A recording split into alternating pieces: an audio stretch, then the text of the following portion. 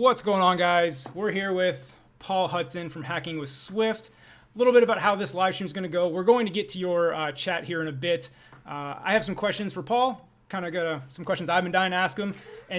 But go ahead and ask your questions because we will catch up on the chat as we go through the live stream. And as always, if your question gets buried and there's a ton of questions, feel free to super chat. Your question will go up to the top of the list and we'll get right on it. So, Paul, for the 3 people that don't know who you are, have never heard of you, give a brief introduction. Tell us about yourself. I run this site called Hacking with Swift at hackingwithswift.com. I do lots of new tutorials, features, articles about Swift, lots and lots of free stuff. I think I'm past like 1,200 articles now, free on Swift. I run the Swift Community Awards, and I do speaking around the world at various conferences. I just 2 this week alone. Nice. Yeah, he was at WWDC and AltConf. Next Door. I was speaking at Next Door, speaking at AltConf. I attended WWDC, I attended Try Swift. So it's been a pretty manic week of conferencing. Right. Yeah, he did a, what was it called? What Star Wars Can Teach You About Swift? Yeah. Next Door. Yeah. Not too many people saw it. It wasn't recorded, so hopefully he does it again. I don't want to hold him to that. That'd be nice. Hopefully he does it again. You may know Paul as Two Straws on Twitter. I found this out in a hilarious way today at Starbucks when I kind of met him earlier today. We went and got Starbucks. I was like, hey, do you want a straw? Yeah, sure. I grabbed him 1 straw, and he looked at me like I was an idiot. He was like, Sean, he's like, 2 straws. And I was like, okay, 2 straws. And then it took me like a minute to put it together that like, yeah, his Twitter handle is 2 straws because he always, what was that? You always need 2 straws? What's a little bit of a story behind it? I should say, by the way, we did try to go to a local coffee place first. Support your local coffee vendors and all that. But there was a line out the door, so okay, fine, Starbucks it is. Yeah. Well, it's just that as a kid, my parents took me to McDonald's as a treat. We didn't have a lot of money. That was a treat, was McDonald's. And I would insist on making it extra special by having 2 straws in my milkshake. So it's not like something I do. It's really, really deep in my psyche. I am not happy as I have 2 straws in my drink. It's real. It's real. I started dying laughing. He's like, no, Sean, 2 straws. Like, I mean it. I thought he was joking. He was like, no, I'm dead serious. What more can I do? I'm going to give me a second straw. I'm going to go back in there and get you a straw. I was dying. That's hilarious. So obviously, Paul, you're in town from the UK, 5,000 miles away. You're here for WWDC, right? WWDC. I am, yeah. So what was the highlight of your WWDC? Like, what's the one thing you're going to remember most? Absolutely. I tweeted about this a fair amount, actually, when I was there. I absolutely adored this one talk about playground book subscriptions because it was done by 2 engineers who had worked so hard on stuff for the last year. It's always top secret, and they're locked away in a room somewhere in Cupertino, in the Infinite Loop basement, or the Apple Park basement in Lock and Key. And these people happened to be women. And they lived it up on the stage. They were absolutely incredible, showing things they loved. They dressed the part, they spoke the part, they presented the part. It was absolutely incredible. And they did this thing towards the end where they said, it was a selfie with the 2 of them on the screen, and they said, hey Grace, what do we look like? We look like engineers. And I was like, yes, you totally nailed that. It's amazing, well done. Yeah, and you said they were all decked out in dresses, stilettos. They had the stiletto heels. They changed it. As soon as off stage, they changed it. Yeah. But they went dub shoe shopping right. Together to buy shoes at dub. And I thought, yeah, just live it up. That's amazing. Well done. Yeah, I haven't seen that session yet. That's one of the ones recommended. You got to watch that. On my list as well. So, kind of building on that was your highlight. What is the most underrated thing that, of course, everybody's talking about, like shortcuts and, all the memojis, all that good stuff. Yeah. What is the underrated thing that not too many people are talking about that you are just super excited about?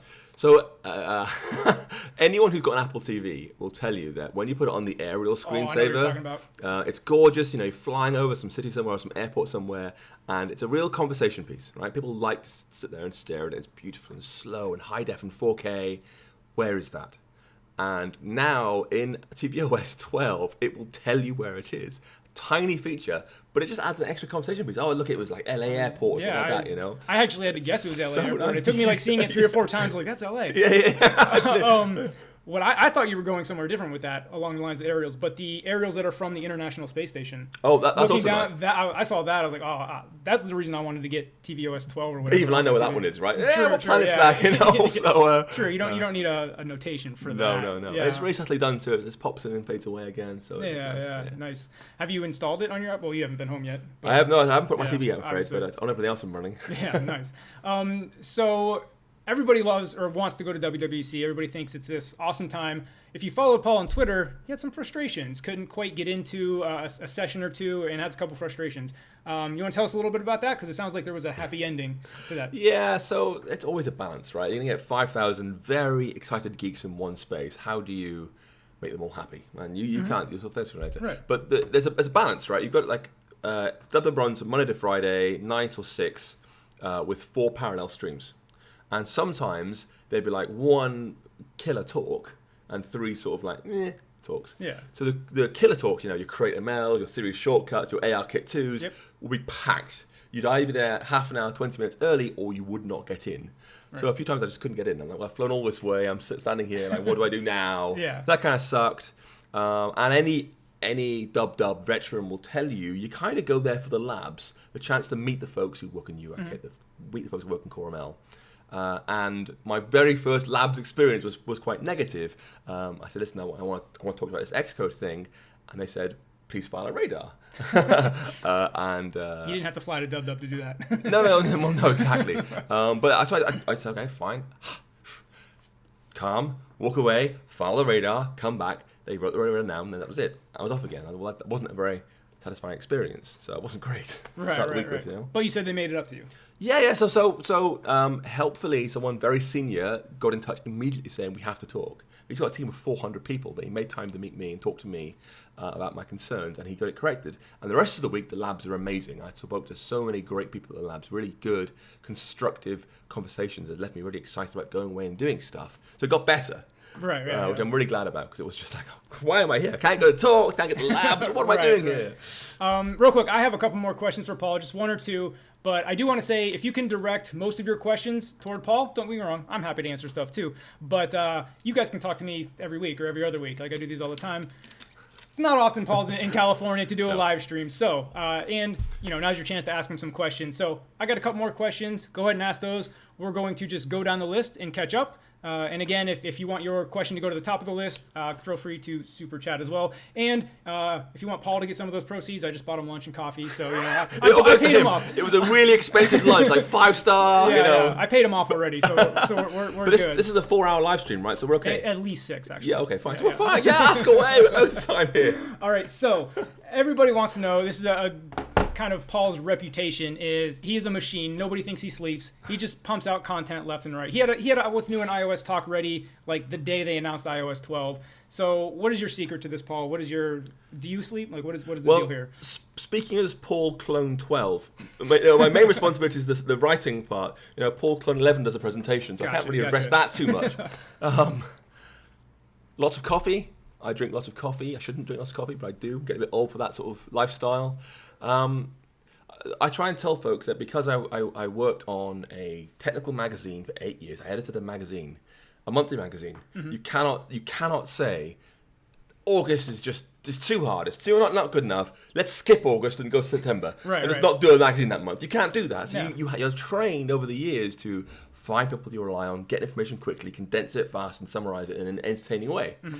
So I had 8 years of training to do this. Right. I don't in any way imagine I was born with some talent to write quickly and efficiently. I was literally trained over 8 years to do this. Gotcha. There is no secret, I'm afraid, to doing it. Coffee helps, but training does really help as well. Yeah, those magazines have deadlines. You just can't just skip a month. You got to get it done. Do what you got to do. 2 more questions. You vaguely mentioned a secret announcement that you might want to talk about. Any insights there? So I've been tweeting recently about things like I've done 600 Swift things recently. I'm past 1,000 now. So earlier this year I did a thing called Swift in 60 seconds, and it's 100 60-second or shorter videos teaching Swift. Now that was neat, right? It's a new way of getting to Swift. There's no sort of dross at the beginning. It's like straight into it, bang, straight out again. No slack. Yep. I want to build on that. And, I write books effectively for people like me, people with time in their hands who want to read books. It's an old-fashioned way of learning to some people. They want to learn in a more interactive way. So, like almost everyone else at WWDC, I am working on an app. And this will be an app to teach Swift. Using the vast amounts of material I have, it will incorporate, sort of based around the initial 100 videos from 60 seconds. Mm-hmm. After every video, there are maybe 3 or 4 of 12 questions it'll give you. So I've done 12 questions for every 100 videos. So there's 1,200 questions I've now written about Swift. Quite a bit. So it kind of quizzes you about Swift. You know, what did you learn here? How does this work? Is this correct? Is this wrong? Is that true or false? Whatever. And then it will do things like, as well, here's a problem, like write a function that accepts a string and returns a counter to the string or something like that, right? So it'll give you a problem to do. You got to free write the code into the program. It'll check that it's correct and say if it's true or false. But I'm trying to make it more interactive and more short, so you'll get rankings, you get daily challenges to keep you trying things out. And it's going to be, completely free. It'll be all in the App Store, free of charge. No in-app purchases, nothing like that. It'll be free. But secondly, it'll be open source as well. I plan to open source it, hopefully. I had thought 2 weeks, but now I'm doing this new book, maybe 2.5 weeks. maybe 3 weeks, maybe 3 or 4 weeks. Do you envision this more so on an iPad or on a phone? Because you mentioned like typing code in. Yeah, it'll be on the phone. Yeah. So this is kind of like, I'm sorry to interrupt. This is kind of like learning Swift on the go. Yeah, or just because it's bite-sized. Bite-sized chunks, yeah. And it'll do things. It's got obviously phone-oriented exercises. You know, things like here's some code. There's an error somewhere. Where's the error? Yeah. But it's not a lot of code, but it's not all about typing open brace, close brace kind of thing. Yeah. But I'm expecting more on the phone. But I've got so much material, so many videos, so many questions, all these tests I've written and so forth. I want to get it out there. Awesome. Start noodling around. 2.5 weeks. You heard him. Hold him to it. Just kidding. He's got a lot going on. It could be 3 or 4 given this book. Yeah. We'll see. And I like the fact that it's open source. Yeah, I want people to see, because I've done so much. I've done work for Fender. I've done work for Apple. I've done work for UBS. I've done work for Jamie Oliver. But it's all private code. Yeah. Actual Paul Hudson released products he's worked on to look at. It's pretty slim in the ground. Right. UBS don't want their source code anywhere else in the world, unsurprisingly. Big Swiss bank. So this will be your chance to say, right, let's see how Paul really does structure a large app. And it's a fairly big app already. And you can pick apart my code and see what you think. And I hope you'll think, wow, this is actually pretty nice code. Right. It's funny you mentioned that, because my latest video, the What's New in Xcode 10, I just used a project I'm working on. Like the video was not about the project, right? It was about multi-cursor editing, right? The code didn't matter, right?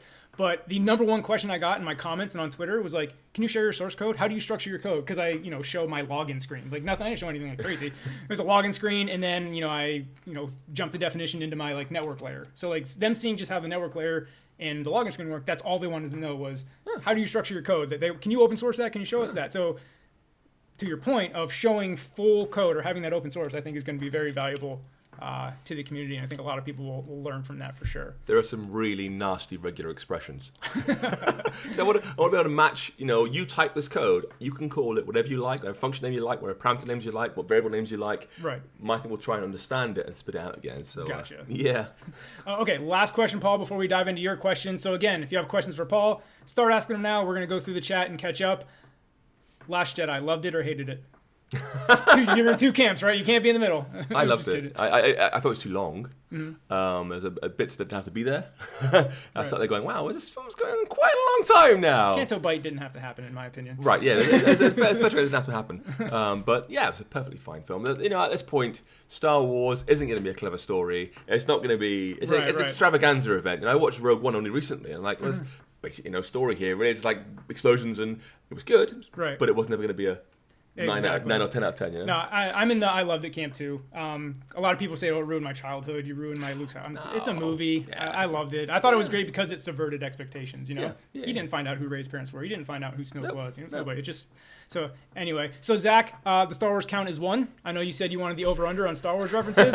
We're at 1, so keep track. You'll keep track, Zach. I don't know if you guys took bets, but you keep track. I actually messed this up. I was going to ask you a question while I scrolled through the questions, but let's just go through the question list. Forgive us. You find a question, I'll tell them a hilarious joke. Go for it. Do it. I'll find some questions. What do you call a fish with no eyes?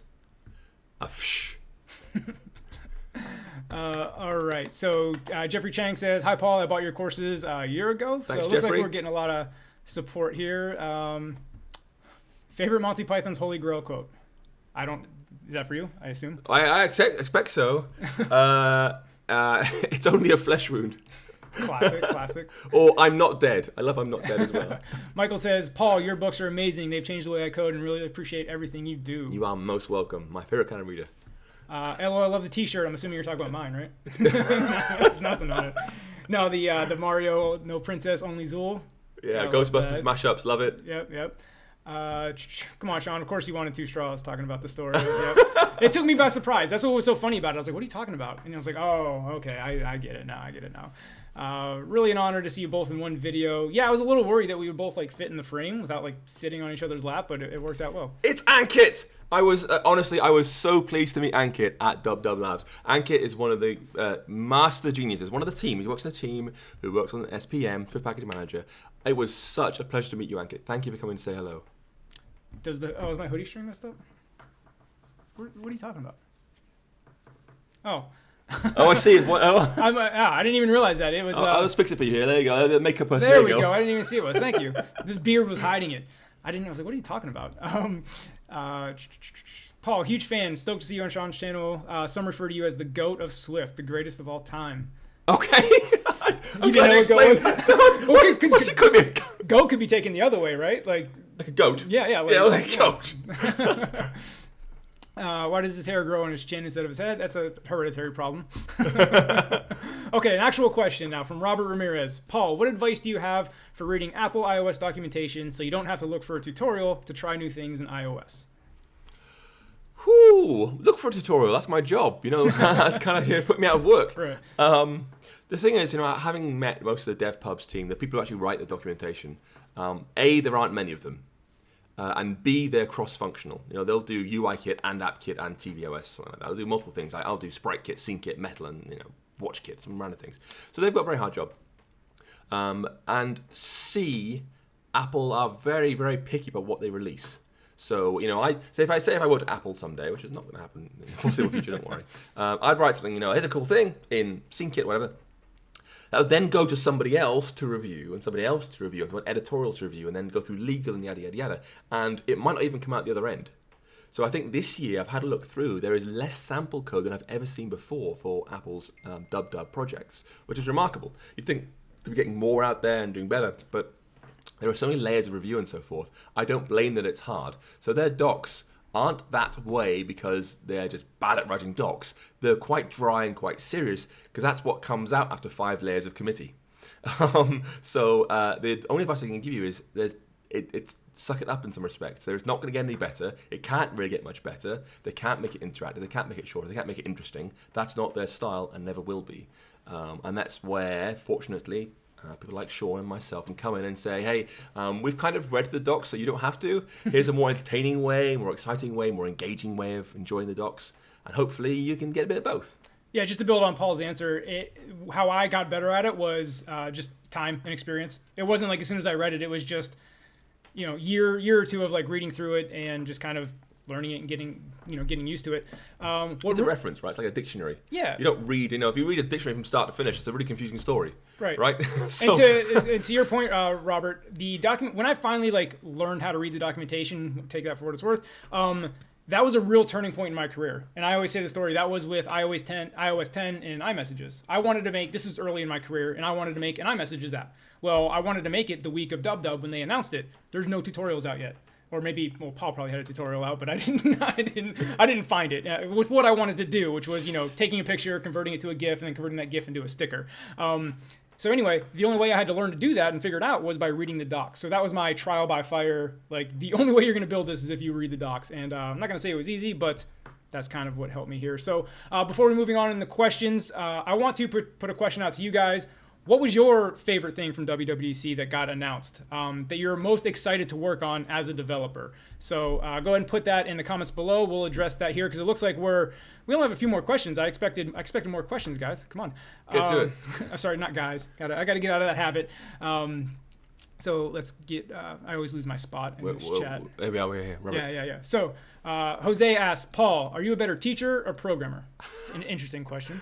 I wouldn't rate myself like that. I get such a kick out of coding. I will code anything I can get my hands on. I've made apps for iOS, iPad, Watch, TV, Android, Windows Mobile, Xbox 360. I will literally hack on anything I can get my hands on. I love to write code in any language on any platform, even Python. And I think my approach to teaching is basically, here's something I find really exciting, really cool. Let's just share it with you. So I hope that comes across. Awesome. So a lot of this. So this is again. We always have to kind of go back in time with the chat when I go back. Yeah. So this is the point in time when we're talking about your app. So a lot of people are saying, can't wait for the app. Can't wait. Sounds like a lot of people are really Me too. excited. Yeah, it's gonna be good. Really looking forward to checking that out. That is amazing. Sounds like an awesome app. I agree. Having quizzes is precisely what many of the videos are missing. That is true. It's a very one-way street. Like typically we put out the information. Yeah. Do what you wish with it, but having that quiz is a nice aspect. Yeah, and it's got to be simple because you're on a phone. You don't want to do too much typing. It's got to be yes or no, true or false, in or out kind of thing. Just a quick button you can press for reading the code. So getting a mix of things. Sorry. What I like about your app idea, anyways, the quick bite-sized nature of it, learning on the go. Because everybody, you're waiting in line for coffee, like we were just doing for a while. Yeah. It's just nice to pull up your phone and instead of like checking Twitter, maybe you do a Swift in 60 seconds lesson, right? There'll be a daily challenge every single day of the year. For you to go in and here's 10 questions from across Swift. You've got like 5 minutes. How well can you do kind of thing? And you're going to post score online and see where it goes. Yeah. So Kyle's building on that. Sometimes you can't guarantee that you got from the video what you're supposed to. So the quizzes kind of solidify that. I do find it hard to find time for all your books, Paul. This will be ideal, meaning just the bite-sized nature of it. You should make time for my books. That's my joke. Anytime somebody says, I don't have time to watch your videos, I'm like, get your priorities straight. Obviously joking. Hopefully people understand my humor by now because I don't like put like an emoji after it or anything like that. So Khaled says, Paul, do you think Swift will be enter into the Android platform in the next 4 to 5 years or will it become more than Java? A company shipped Android support just this week for Swift. I don't think it might become a first-class platform. I think Google do this thing where there's Java and there's Kotlin and there's Flutter and there's all sorts going on, and they are a bit confused about what the right option is. I don't think they want to say, hey, it's Swift as well. So I'd like that to happen. It seems like there's a new flavor of the month, like every time, like you said, with all the. And everything's the latest Swift killer, right? Yeah. So I like that, but I shouldn't expect it to happen. Would it become more than Java? No, Java's huge. I mean, Java's one of those things. It's like an iceberg. It's all this stuff below the water. It's used in so many, very, very many places. It'll never be bigger than Java. One thing I want to point out, it's kind of off topic. My record for concurrent users is 103. We are at 102, thanks to Paul. So if you got friends that aren't here yet, tweet it out. Let them know. We got to try to break my record. We're one away from tying the record, and then 2 more from beating it. So anyway, what's the best way to move from a beginner to an intermediate programmer when you know concepts but have trouble applying them in your code? This is a very common question I get. People often say like, I can follow a tutorial, but when it comes time to build my own app, without a tutorial, they feel lost. I understand. Something I do in my books that frustrates people, and I try and caution them on this, is I repeat things. So for example, you learn table views immediately, and you do it again, like, I don't know, tutorial 6, tutorial 10, 15, whatever. We'll do it again, and again, and again. And by the end of the book, without really realizing it, you are bored of table views. You totally get table views. You can do it like the back of your hand kind of table views kind of thing. And that's my goal. I don't explicitly say that when I'm saying, hey, it's the 3rd time doing table views, time to remember it. Right. But I just repeat it, and you kind of becomes osmosis. It just sinks in slow without really realizing it. Same way kids learn language, realistically. Yeah, no, I'm a big believer in that. I actually get dinged in some of my videos in the comments. They say, you just repeat yourself a lot. But I'm a huge believer in repetition. Yep. Like a lot of people think they can do one tutorial, and they're like, all right, I've got it. It's like, no, like your table view thing, like I didn't fully get table views so I could do them with my eyes closed till I built, 30, 40, 50 of them, you know what I mean? Exactly. Especially when they're all different types and everything. So yeah, I'm a huge believer in repetition as well. Yeah, you should look into, if you're not sure about this, look into the SRS, Space Repetition System. And it's basically boxing where you have like, here's a thing, wait 5 minutes, here it is again, wait 15 minutes, do it again, wait 25, and you basically expand the gap each time, and it sinks deeper and deeper each time. Yeah, it's interesting. Yeah. Okay, so Simon says, hey Paul, so I didn't get it. What's your favorite album of Taylor Swift? Well, I'm going to see Taylor live in less than 2 weeks. Really? Actually, 2 weeks, 2 weeks tonight. She's going to London. She's in the UK right now, and she's going to London, taking my daughter there to London for the day to see her live, doing her Reputation tour. I'm not a big fan of Reputation, the album. I think it's quite monotonous in places, whereas 1989, I think it's a much better album. I really do. I really do. I'll take your word for it. You're missing out, man. You're really missing out. No, I mean, they're catchy songs. I'm not a hater, but all right, there we go. 105. Sorry, I had to interrupt. Record breaking 105. But she's super smart and super talented and super confident and obviously an amazing businesswoman. She's so much to admire at Taylor Swift. So yeah, she's a great role model. Cool. Jakers4000. How do you balance spending time writing apps and spending time learning more about Swift? So funny, I'll let you get to this in a second, Paul. I kind of asked Paul the same question because I struggle with this as well with my content creation. We were talking about how long it takes to create video. And, when I make my videos, it's 2, 3, 4 hours editing, depending on how long it is. And I feel like I'm cheating myself sometimes. Like I could be spending those 3, 4, 5 hours learning machine learning. Like I was telling him, I haven't even really touched machine learning yet because all my time goes into this YouTube channel. So Jakers, I kind of have the same question as you. So take it away because it's a tough balance. I know, but it's ultimately a meaningless balance, Jakers, honestly. I was at WWDC this week, and one of the best things wasn't writing apps. It wasn't spending more time learning about Swift. It was just hanging out with people who are like me, similar to me, and just having a fun time. I met this chap who I've seen online so many times, who's been so helpful to me so many times. He's so encouraging, so supportive, and his name's Mark. And he said, "Oh, Paul, can I shake your hand?" I said, "No, you get a hug." I'm so glad to see you. And he's talking about Mark Alpunt, I believe you say his last name. He's very common in these live streams. He's been a supporter of the channel for a while. He's such a nice guy. He's such a friendly guy, so helpful, so supportive, and I was really happy and honoured to meet this guy. I was so pleased to be there, and it was just great. And I value that way more. I'd rather be doing that than, I've got to do more Swift, because life's too short. So make some time for learning Swift, make some time for writing apps, but just focus on the bigger picture here. That's not the end goal, is to learn more and more about Swift. Right, because, right. You're never going to become Chris Latner, for example, and neither am I. Yeah. There are bigger goals of doing this to make people's lives better, and that's what really it should all be about. Yeah, I also think building on that is learning how to learn is really the key skill as a programmer in my mind, right? Because you can't know everything, like you said. But if you get good at learning and picking things up quickly, I think learning how to learn is a big thing for programming. Yeah.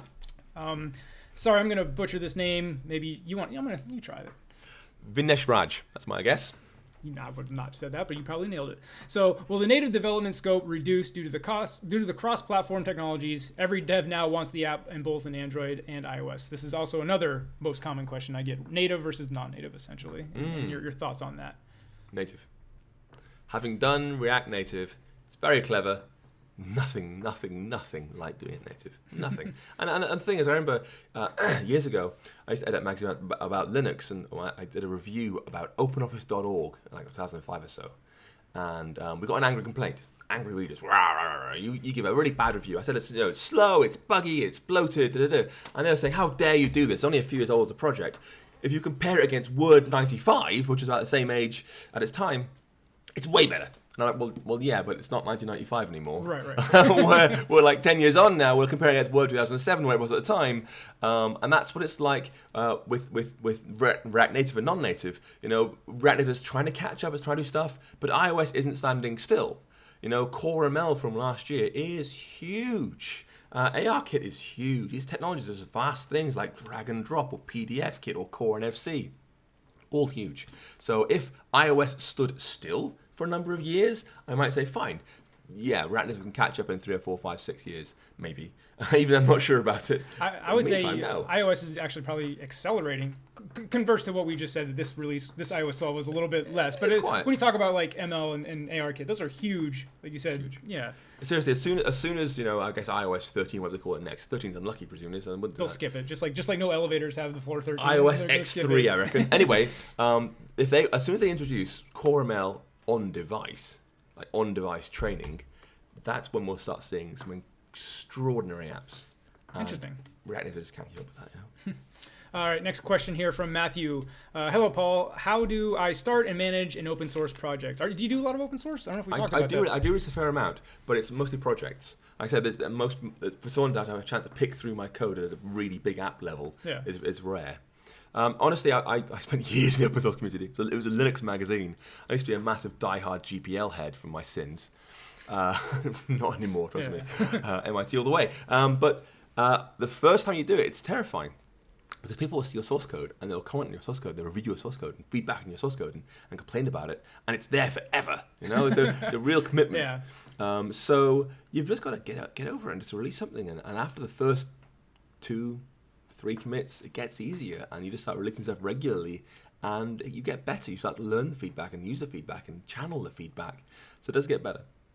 Cool. And I can kind of, you mentioned something about having people see your code. That was a hurdle I had to get over for the YouTube channel. Because, right, I'm putting my code out there for thousands and thousands of people to see. And trust me, I get critiqued all the time, which is good. I have thick skin, like I can take it. And I take it, and to the benefit of my audience, most people are very cool about it. And I've learned a lot from like comments. Like, why didn't you do it this way? You should do it this way. And I was like, oh, you're right, you know? So putting your code out there can be a good thing is kind of what I'm trying to say. But you're putting yourself out there.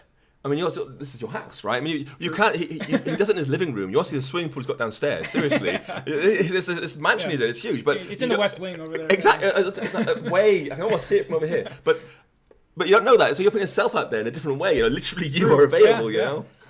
Okay, moving on. So, mon Dieu, Paul. Mon Dieu. I don't have the European. How do you French say? accent. Tell them how you say the soup place name.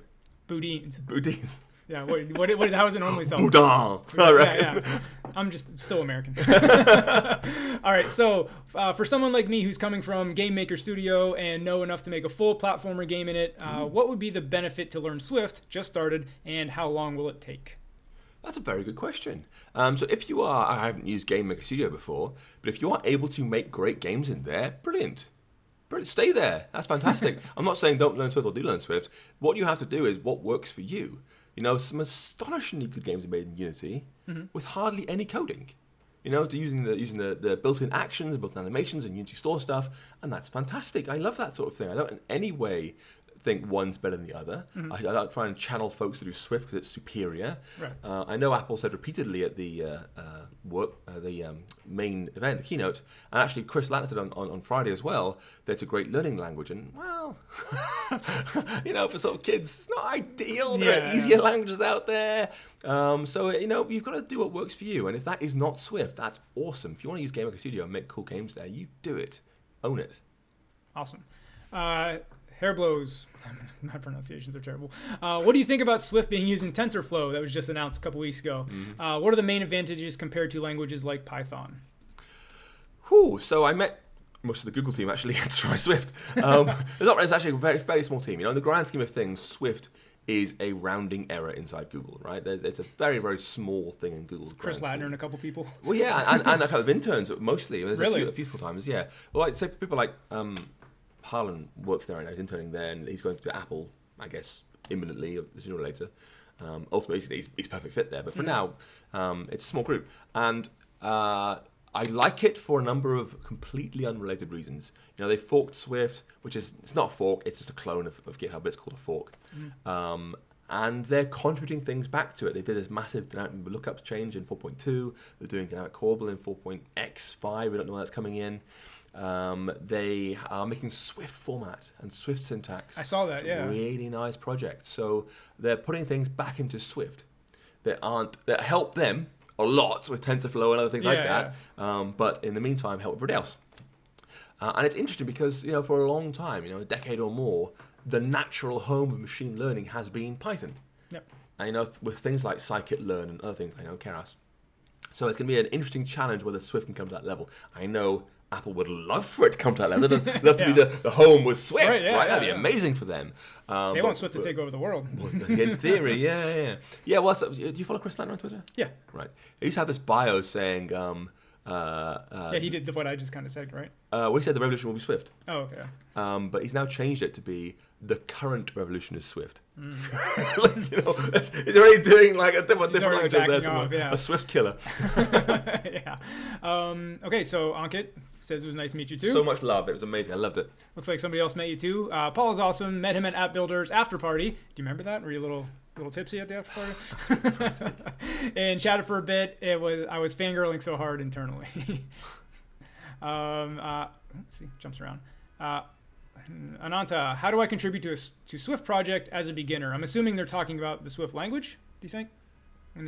All right, we can't really tell, can we? If you mean the Swift project, as in Swift itself, there was an event yesterday which I was so impressed with, organized by Natasha, the robot, the nomad, Murashev, the actual person, who she does Try Swift, right? And she was running Try Swift San Jose, and the whole goal is like a unique conference. They'd gotten most of the Swift core team there, plus some other folks from around Swift community who'd done a lot of committing and stuff.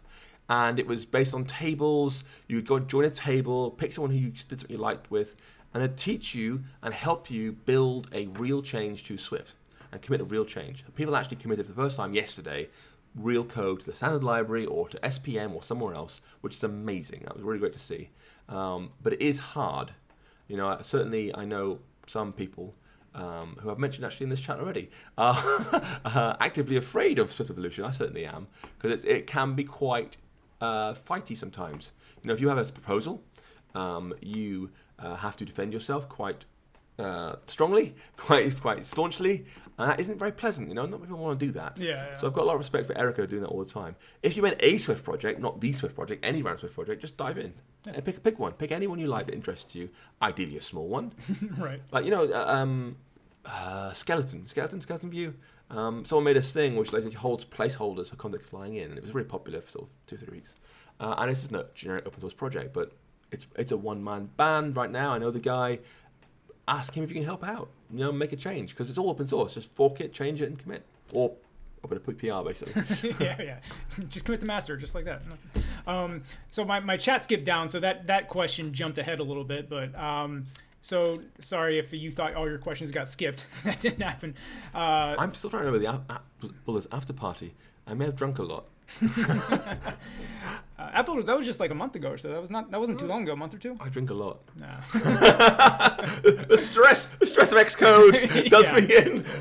L90S says, it seems as if Apple and many iOS devs alike have adopted Swift as their go-to language for development. Is Objective-C something you devs think will eventually abandon entirely, or you think devs will eventually abandon entirely? Thanks, guys. Thoughts on Swift versus Objective-C and where things are going? This is a totally wrong question. I'm sorry, L90S, you're way off. Not many people inside Apple write Swift. Yeah. It's a simple truth. The vast majority use Objective-C and are bad at Swift. Sorry to jump in. You guys know I interviewed at Apple just a couple months ago. I did a vlog about it. Trying to find a job in Apple that wrote Swift was very difficult. There was a very small percentage of them to echo what you just said. Yeah. I saw that firsthand when trying to find jobs there, because I did want to write Swift. Like writing Swift at Apple would be awesome for me anyway. I know. Yeah, Ankit, who's here, he's one of the lucky ones. But it's to the point where when you see slides at WWDC, which are all in Swift, obviously. Well, not I think there's one which is a Metatalk in Objective-C, but the vast majority is in Swift. They don't do those. The engineers write their slides in Objective-C, then hand them to someone else in the Swift team somewhere, DevPub somewhere else, who then convert them to Swift and hand them back. So they can't even write the Swift for their slides. So there's some very bad Swift developers there. And that's going to change. That's going to change so quickly. I expect next year, once we get Swift 5, once API stable, we'll see a massive pivot from Apple. Well, aren't they already starting to make some APIs like Swift only? I think wasn't there one that they just released? I thought there was one they just released that was like it was only in Swift, and it kind of caused a stir. I saw it on Twitter. Yeah, so CreateML, the one of the big new signpost features of iOS 12, or of the WWDC, I'd fairly say, is Swift only. I don't think that's intentional. Well, we might record a Swift news about this, about CreateML. Yeah. But my gut feeling, having been there for the last week, having asked some questions, having poked various places, is that CreateML did not exist 3 months ago, 4 months ago. It's a quick turnaround. I think it was someone's pet project in a Swift playground. Well, if you use CreateML, there is no if you use SceneKit or SpriteKit or IB or Asset Catalog, whatever. These all have custom UI into Xcode. Yep. Right? CreateML does not.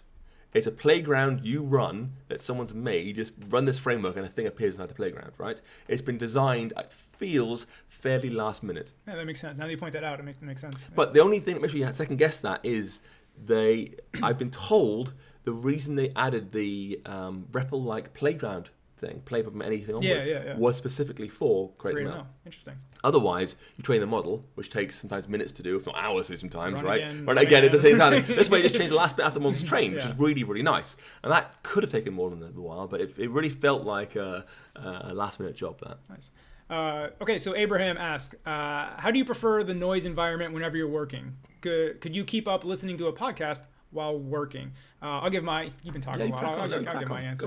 Guys, I'm still here. Yeah. Just kidding. I cannot. If I'm coding on something, so there's two different modes, right? I think we've all been there. Sometimes you're in autopilot mode, like we talked about. You're building a table view you've built 100 times before, and then there's sometimes where you're in like, you got to solve this problem mode, and you have to like really think hard. So if I'm in autopilot mode, I can listen to music, I can listen to podcasts, we're good. If I'm in like thinking, problem solving mode, I can't listen to music with any words in it. I can listen to like classical, instrumentals, and certainly can't listen to a podcast. What are your thoughts on that? I like podcasts. I like the idea. I'd love to do one day. I haven't got the patience to do editing, but I love the idea of it. But you will learn something dramatic about me. I rather like listening to opera music, which helps us in a foreign language because I enjoy the music, I enjoy the emotion or whatever, but I don't understand what they're saying. Well, I do because I know the words, but only because I've read the lyrics later on. I can actually hear the lyrics if I'm saying. So I listen to opera a lot when I'm at home because it's exciting and dramatic, but I'm not like distracted by the catchy chorus to sing along with. That's so I what can get my work done. That's what gets me. Blaze 1436 says. Also, my personal. On my playlist that I actually keep on my phone is the Command and Conquer music from the original PC game from like 20 years ago. Wow. Years ago. I love the Command and Conquer. That was music. the first real-time strategy game I ever played. Yeah. Actually, no, that's a lie. Warcraft 2 was. Anyway, Blaze 1436 says, "Hey Paul, it's great to meet you. I don't know if does Blaze have a real name? I hope you enjoy the unicorn pin. Do you know who this was that gave you the unicorn pin? Yeah, I was desperate, and people were very kind, so I'm grateful. Nice. Ethan says, Paul, do you have any plans on making a data structures and algorithms book? I assume this is for job interview type stuff. Well, there's Swift coding challenges, which is there's so much in there. It includes like sorting algorithms. I think there's 2 or 3 in there, maybe 4. There's linked lists in there and so forth. They're in the coding challenges book, so I know I point folks there. I haven't really thought of doing an abstract one just talking about the algorithms. Probably could do. And I know that Wayne Bishop's written a book on this, and I've got a lot of respect in him, so I don't want to tread on his toes too much. But I might do. I felt like, and this is not a knock on Wayne, I did his book when I was trying to learn data structures and algorithms. I did his along with cracking the coding interview, and I felt like Wayne's examples were overly complex. Don't get me wrong, they were very, very thorough, but for somebody like me with, again, no computer science background that was like just learning it for the first time, I felt like it was too complex for at least my knowledge level. Again, that's not knocking Wayne. The book's great, obviously, if you know your stuff to write the data structures in Swift. Just my take on it. Not sure what they're talking about there with natural language and create ML. Just say y'all. Yeah, this is referring to me saying guys. I think just a folks much easier. 36-year-old. It's just hard habit to break. I try to do it every time it comes out. I'm like, it's like almost too late though. I can't like grab it and yank it back in. Blaze again with the unicorn pin. ARKit 2 and its new amazing tracking abilities is very exciting as well as create ML. Okay, so it looks like we're pretty far behind. This is when I said, what are you most excited about? 20 minutes ago. Cool. Yeah, these are actually my favorite too as well. I actually just watched the what's new in ARKit 2 video last night. And I just sat there thinking, like, it is amazing what this little thing can do. Like, when they were doing, like, all the world tracking and the, 2D image tracking and everything, I was like, it's all in your pocket. And that's just ARKit. Like, there's 1,000 other things this thing can do. It's just amazing. Like, I was just blown away. I won an ARKit pin at WWDC for winning at the game. They had a big ARKit table. Yeah. It's, those huge tables they have at the Apple Store. Big, beautiful wood grain tables. That was that, like, one of those. 2-person Swift game where you're, like, slingshot, right? With an empty table in the middle. It was a bit bizarre. Like huge watching from the outside would be weird. Yeah. So building on that, what I think with ARKit 2, with the shared experiences, kind of what you talked about, I couldn't help but think, obviously, years in advance, when that shared experience, that's how you watch movies now. Like, you're in a maybe like a circular movie theater or something like that, and the content is going on, like, in the middle, and, like, everybody's seeing what's going on from a different, like, perspective. Like, I don't know. I just kind of started fantasizing about what this shared experience stuff could be. It's one of those things that when I ask folks, so which ARKit apps do you use regularly? And they're like, none? Yeah. It's a brilliant feature. It's so powerful. Epic respect for the team who made it. But it'll be a little while, I think, before we see a killer app. Yeah, I don't think it really takes off until it's in the glasses. Or contact lenses if you really want to go into the future.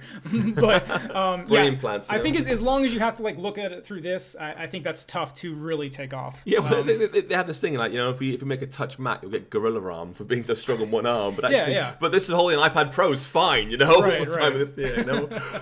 Right. So Greg is excited for Siri shortcut anchors for apps. It's probably the most announcement for me. So just Siri shortcuts in general, I was super pumped about. I haven't really thought about which ones I'd do because the app's not out yet, right? So where you can like create your own. I have iOS 12. Right. So you can't actually do that. No. You can add your own shortcuts though, based on apps that support them.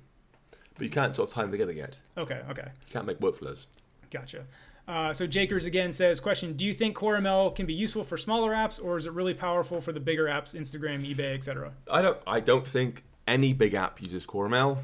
I think they'll roll their own because they want to do training. So I spoke to a chap from Poland who was looking at using CoreML, and he worked for a supermarket place who do, they want to really get good recommendations for products. And, you bought X, Y, Z, A, B, C, D, E, F, whatever. You should buy H.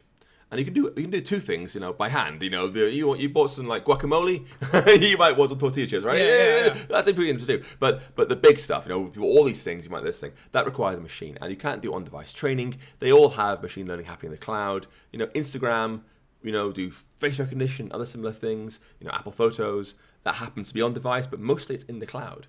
Because you can't do it on device. Apple can because they can. The rest of us can't. So they'll do it all in the cloud. So the big apps won't use CoreML. They'll use their own thing on Android as well. It's all in the cloud. I think it's better for small to medium-sized apps.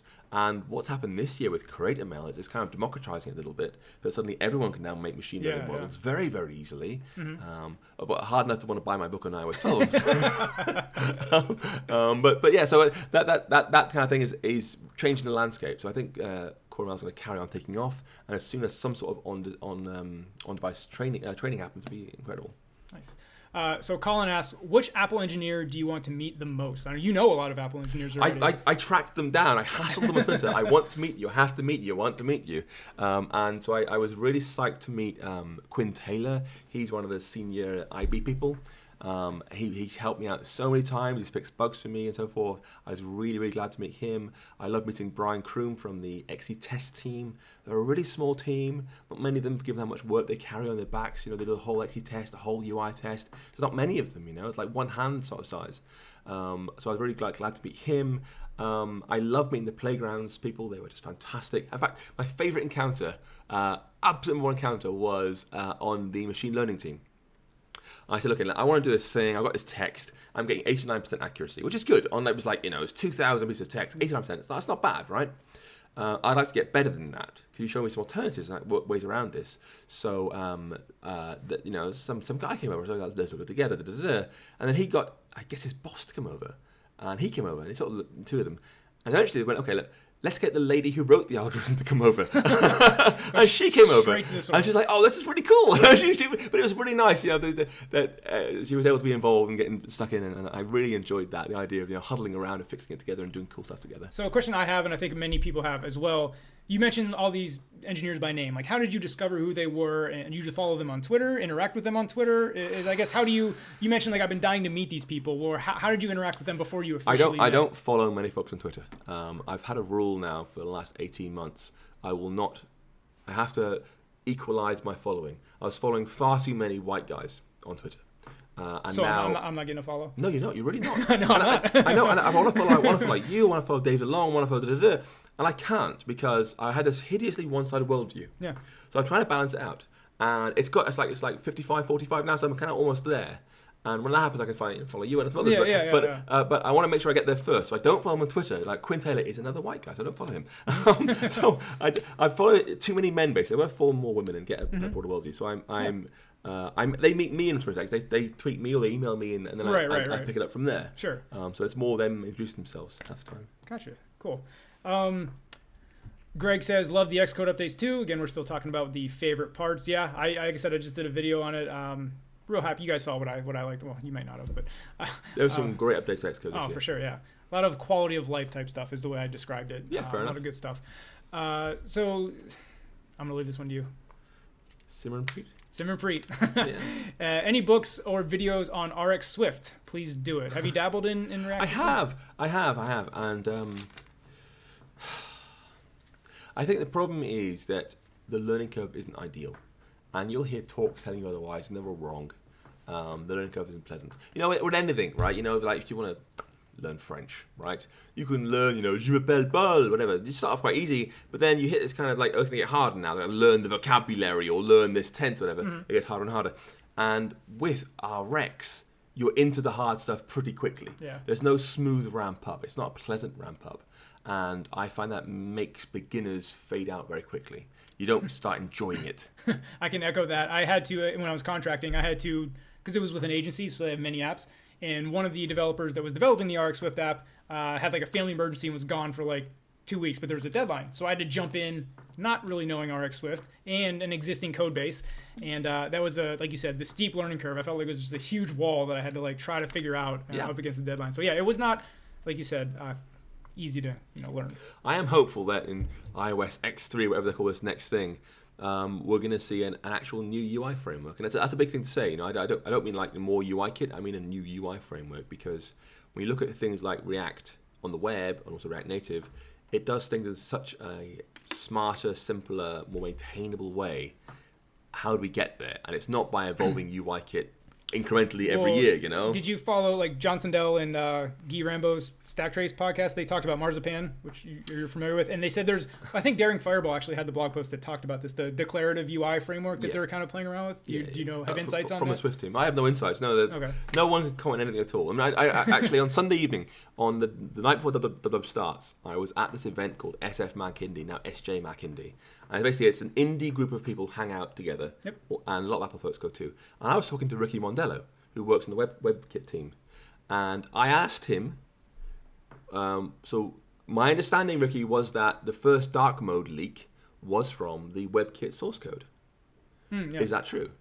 And he did this thing. He said, I can't possibly comment. He's going to put his phone and look behind his phone. And I didn't, if Ricky ever sees this, Ricky, I did not mean to ask you to leak anything. That was not my intention. What I meant was literally in the public source code, the open source, we could all see this dark mode thing. Is that where it first started? But because it felt like a leak, and it would have been a leak, I guess, to talk about it some more. It wasn't my goal. But it's tricky, right? So it's hard to tell. Awesome. All right. Kyle asks, Paul, do you wish we had a viable third alternative to iOS and Android? I guess he's talking about besides BlackBerry. No. Yeah. Too many. Vin Yasharaj, horrible at this. ARKit2 is what we're talking about with what are they most excited about. Make cool apps. What does Paul think about new ML stuff, and does he see it being widely used? I think we kind of addressed this a little bit, right, with the grocery store thing? Yeah. So it was all possible before. You could do all this last year. It creates the same ML models we had last year, but it's now much easier to make. Sir Daniel asks, Swift is great and modern, but do you miss the beauty of C? I've never programmed in C, so I'll leave that one to you. That's a no, probably. No, it's I've done lots of C. I'm one of those hideous people who writes terrible C++. I write C++ like it's C. I use the least possible C++ and then write all C all the way below. I have never once found C beautiful. I know what you mean, that it's raw and it's clean and it's relatively simple, but there are so many exceptions and workarounds and things that don't work as you'd expect, and that sucks. And even if, was a joke in WWDC as well, what does a function pointer look like? And it's a nightmare black hole of horrors, whereas in Swift it's quite clean and simple. So I am very glad to be working in a language where that pain's taken away. Cool. Mike W. says, and I have some questions about this one too.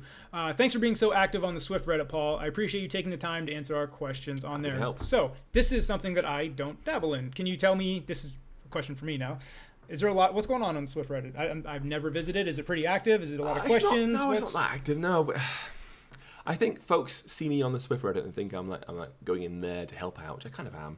But I like Reddit as much as you do, right? Mike, I go in there because there's some funny cat pictures and stuff or whatever. Right. I just want to catch myself, and hey, some Swift too. Just swing by Swift. Yeah. It's one of my. I've got a shortcut to go to the Swift Reddit. I do pop by there regularly, and I help people and answer questions and stuff. I don't often talk about my books, but occasionally I do. But I'm just hanging out Reddit just like a normal user, basically. Cool. All right. John says, I am following you from some time now, and I'm wondering, as future Swift developer, do you see yourself being an Apple developer in the long run, or do you consider switching sometimes? You mean like working for Apple? I think he means like a different language. Like if you're, that's the way I read it. That like, do you ever see yourself saying, well, Swift is only a temporary thing. I'm going to move to insert language here or insert platform here. I think that's what I read it. Oh, I see. Right. I think they have ecosystem, right? You know, you've got your Apple Watch, Apple TV, your Mac, your laptops and stuff. I've got so many iPads. I've got a little wall of iPads at home, and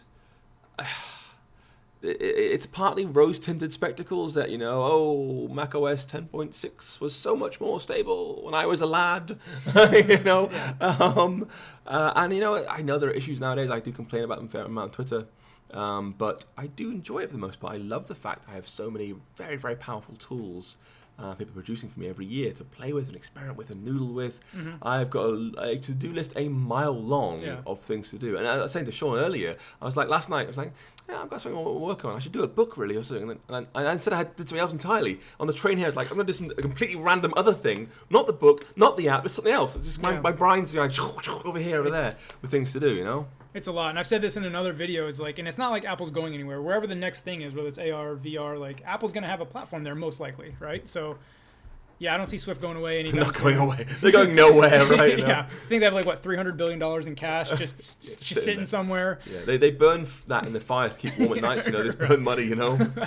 Oatmeal asked a question that this is not an offense to you, Oatmeal. I've answered this probably 100 times, so I'm anxious to hear Paul's take on it. But how will I know when I'm ready to get a junior dev job? Is there a checklist of skills I can go through or reach a certain, threshold? So what are your thoughts on this? No, you're ready now. Do it. Yep. Simple. Well, otherwise you'll be learning and studying and so forth. Yeah. A junior dev job, a true junior dev job, they will train you the things you don't know. Because they can teach you to code. They can teach you GitHub, they can teach you Jira, they can teach you stand-ups and Scrum if they need to. They can't teach you excitement. They can't teach you being keen to learn. They can't teach you passion for computers. If you have those already, you're most of the way there. Just find the right company that doesn't suck, that will look after you and help you get where you need to be. Well said.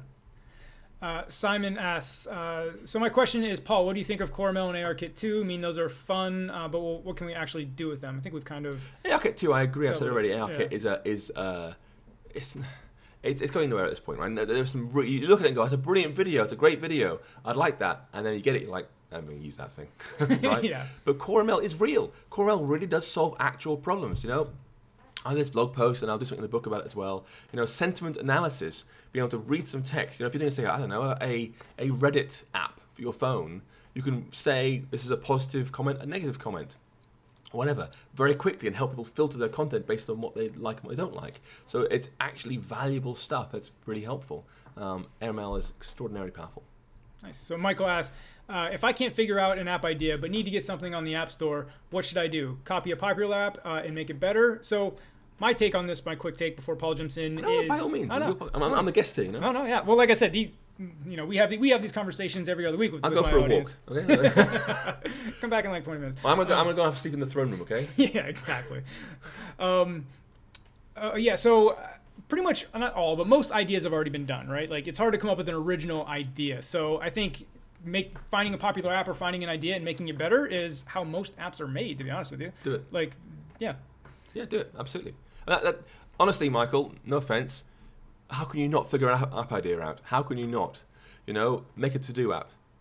Honestly, it doesn't matter to me. Wunderlist was bought by Microsoft for what, $180 million for making a to-do app, and they were like the 50 billionth to-do app to come out. Yeah, they made a particularly good one when it was acquired, or there was Clear a few years ago. Clear made a lovely, simple to-do app. You know, it doesn't matter how simple it is. It doesn't matter what it is. The point is, you're putting your skills into practice and discovering corner cases you didn't know were there, getting experience, getting on the App Store, getting your confidence levels up. You know, clicking go to release an app is a stressful feeling at first. You get over it and get into this idea of releasing things regularly. Doesn't matter how trivial or how done before it is, you do it, you do your take on it, where you've come from and your perspective, and I guarantee you'll do well with it. Yeah. Good point. And there was a Apple Design Awards, I don't know if you've seen that. There was an app on there called Calzi. It was a calculator app, but they just took a completely different spin on it, and I can't remember the exact details, but I remember watching this, I was like, wow, a calculator app is winning an Apple Design Award, and it's a completely new take on it. And to your point, it was the 100 billionth calculator app ever made, you know? So, yeah, like I said, the original ideas are tough, but you can just add your spin on it, add a different take to it, and away you go. Absolutely. Hair Blows says, favorite thing to do is play around with also ARKit 2. Do you think it will have a breakthrough on the phone, or is it just preparation for AR glasses that will eventually come? I think we kind of touched on this. I think ARKit's not going to take off until you don't have to look at it through a phone. That's my take on it. I think we kind of addressed that one. But gorgeous tech, no actual mainstream usage just yet. Robert Muir says, Paul, how would you recommend showing your soft skills to him? This is a good question. Soft skills Swift to skills. Freudian slip. I wanted it to say soft skills. I was like, that's a really good question. That would be a good question. So anyway, Paul, how would you recommend showing your Swift skills to employers? Is it good enough to just post the Hacking with Swift projects that you have completed to GitHub? Well, it's a start, isn't it? You've got to start somewhere. Every GitHub person starts no projects. Every article writer starts with no articles. Every video recording starts with 0 viewers, right? You start somewhere, and you start with, if that's what you want to, start with your Hacking with Swift project on GitHub. Of course you should. Why not? Ideally, you take it slightly further than that. You complete the challenges, perhaps. You post other things. Don't be afraid to fork other projects. Like if you're looking at, say, I find some of the Vapor source code very, very good to study. I mean, like to literally just read the source code and learn from. So clone Vapor, fork Vapor. You have to commit things back to it, but read your copy and noodle around with it. Why not? And that's a start. I mean, I don't honestly think, there's a tweet whizzing by, does GitHub value a good place to have your resume as a resume? Yeah, there's a lot of debate going on that. But to be fair, the hiring manager from GitHub says even GitHub does not use GitHub as a guidance for its thing. So I saw that. That was a nice little mic drop there. Yeah. So fair enough. By all means, give it a try if you want to, but don't expect that to be your CV for you. You've got to get yourself out there slightly more than that. But by all means, do it, and I encourage you to do it. Share your code. Richard Foster says, any thoughts on Flutter? I used to be native or nothing, but gotta say Flutter is all good so far. I'd be interested in your 2 views as well. So I haven't really messed with Flutter yet. It is super new. Again, back to the point I made is like it's hard for me to explore new things with all the time I put in. But to be honest with you, Flutter would be way low on the list.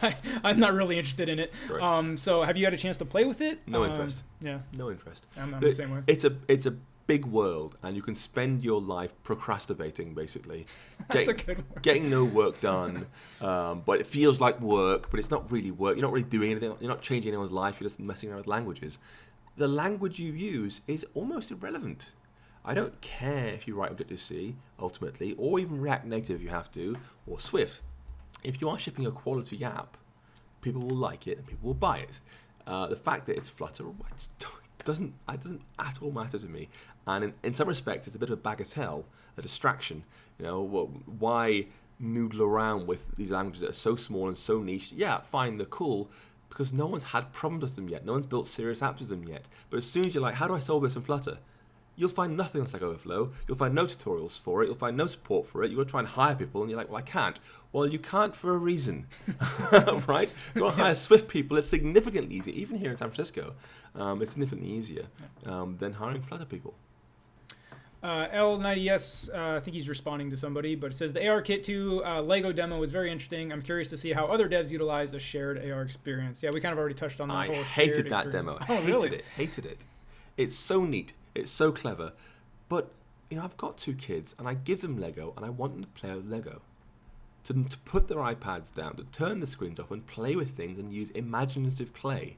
Because computers, I play a lot of video games with my kids, but there's a point where you've got to say, now imagine yourself, let your own brains run loose. Because computers provide you with a prompt all the time. Like watching a movie, it's giving you the twists and the turns and whatever, and that's what computers do for you. It's exciting with things happening. Whereas with some Lego, you're like, what could it be? Is it a battleship? Is it a spaceship? Is it a house? Is it a dog? Whatever you want to be. And that's what it's for. And to see some kids have brilliant Lego and then say, let's pull our iPads out again. Yeah, Steve Jobs didn't allow iPads at his house. His kids didn't have iPads. I didn't know that. They talked over the table at dinner time. He really recognized this, So I think that was a depressing demo for me. So kind of building on what we talked about earlier, Gurpart, I'm just horrible. Sorry, apologies. Mr. Singh. Yeah, thank you. I'm stealing that. I'm doing that from now on. The more I learn Swift, the more I know what I don't need to use. So yeah, I get this question all the time. What framework should I learn? And everybody thinks they need to know core data or insert framework here. And to your point, you don't need to know every single framework. I get a lot of questions that are like, this is so hard. How do I learn all this stuff? And the answer is you don't. I mean, up front. Let me say that. So I was at a slightly hungover today. I was at a margarita event last night with some of the UI kit team. Is that at Tyler Fox's house? I wasn't going to give people's names, yeah. Okay. Well, I saw they tweeted about it. They said it was It was the first annual like margarita after party. I saw. Oh, it was great, and I was speaking to someone who will now be anonymous thanks to Sean saying that, who works on the UI kit team. I shouldn't have said that. Who said he's been there for a redacted amount of months, but a long time, and is now understanding, now at the point where they get UI kit, where they can go in and make a precision change. Obviously, make a change to UI kit, you could break thousands, tens of thousands, hundreds of thousands of apps, right? But taking him X number of redacted months now to know where to make a change.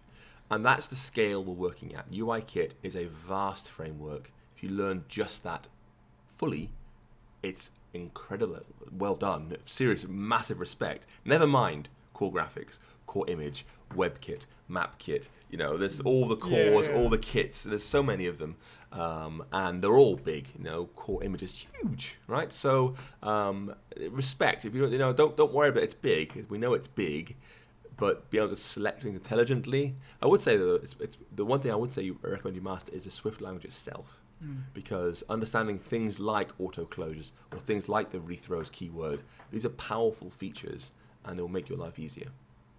So John asks, the biggest disappointment about WWDC for me is not mentioning anything about the MacBook Touch Bar. Do you think they need to let developers add features to it? So before we answer that, do you ever use a Touch Bar? Are you a Touch Bar user? So I hate the MacBook Pro keyboard so much, I had to buy an external keyboard, which then having the external trackpad and a monitor. I spent an extra sort of £2,000 on my hardware after buying this expensive MacBook Pro. Just to not type on the MacBook Pro. So now it's in clamshell mode. It sits in the corner. I should have bought an iMac, but no, I'd bought an iMac. Obviously, I couldn't take it here, but I could bought an iMac, and that way I could have worked on it better without the keyboard problems. Yeah, so I was super excited about the Touch Bar when it first came out. Like you said, mine's in clamshell mode 95% of the time anyway. Even before I got the iMac Pro set up, I always had an external monitor, so I had the same thing. So I never used it, but I did wish they put it on this external monitor for a second there, because I do think it has potential, but to me it's very neglected right now, in my opinion. Because you can't add global shortcuts to it. You can add things like OK and cancel, which you could now do with the keyboard pressing escape before an escape key or clicking a mouse, right? Mm-hmm. If there was a chance for me to say, here's a thing I've made that will sit permanently on your touch bar if you add it, that'd be nice. I think that's his point right there. It says, don't you think they need to let developers add features to it? Right, but the thing is, to be fair, I did think I tweeted about this when it launched. The Touch Bar API is really well thought through. They put a lot of work into that, because it wasn't a dub release, right? It came in like a fall for the autumn. Mm-hmm. And the docs were good, the API was great, really thorough from day one, but you couldn't add global shortcuts to it, which is a real shame. Okay, where are we at here? Paul, do you recommend getting an app on the App Store as quickly as possible, or is quality better than quantity? Quality. I've been down the quantity route myself, because I have this thing I said earlier. If I have an idea about anything, I've just got to do it. Otherwise, it sits there and nags my brain. I have to expel it. I have to code it, and then either ship it or ditch it or put it in source control. I've got to do it. Otherwise, it sits in my head and doesn't let other ideas come in. So I expel the idea as fast as I can. So I've put hundreds of apps, 110 of my own, plus another sort of 300 commercial ones on the App Store. Right, I've got a lot of apps. I've had a lot of apps in the App Store just to get an idea out. Get rid of it. Forget about it.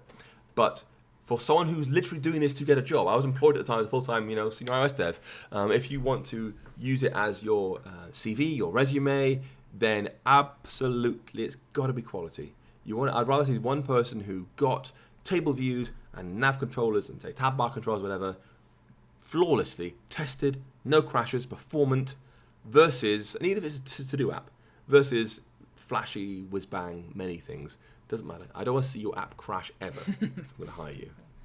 L90S says, and I think this is a statement more than a question, but it echoes kind of what we said earlier. When I started learning, I worked off YouTube tutorials, then eventually started using Stack Overflow, and now I'm comfortable using the documentation as my primary source of learning. So this was actually the exact path I sort of took, right? When you're beginning, you're very reliant on other people's tutorials, and then you kind of wean yourself off of that. At least that's the path I took.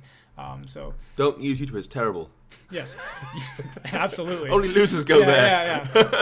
There's not a single good YouTube channel out there. Don't go. Mike W says, "How did you first learn programming, Paul? What was it like? And when? And before how? When? Like how long have you been programming?" I was one of those really boring people who learned when they were young, like 12, 13 or so. And back in the old days of computing, you used to have to buy Windows and DOS for your PC, and my dad had a PC, so he bought Windows and DOS, and they used to come with manuals, how to use a mouse, how to click stuff, and then the DOS thing was a short section on writing simple programs. And that was all I had. We were very poor. There was no internet for us at the home at the time. This was 92 or something, 93, I don't know, a while back. And I kind of went through that little segment again.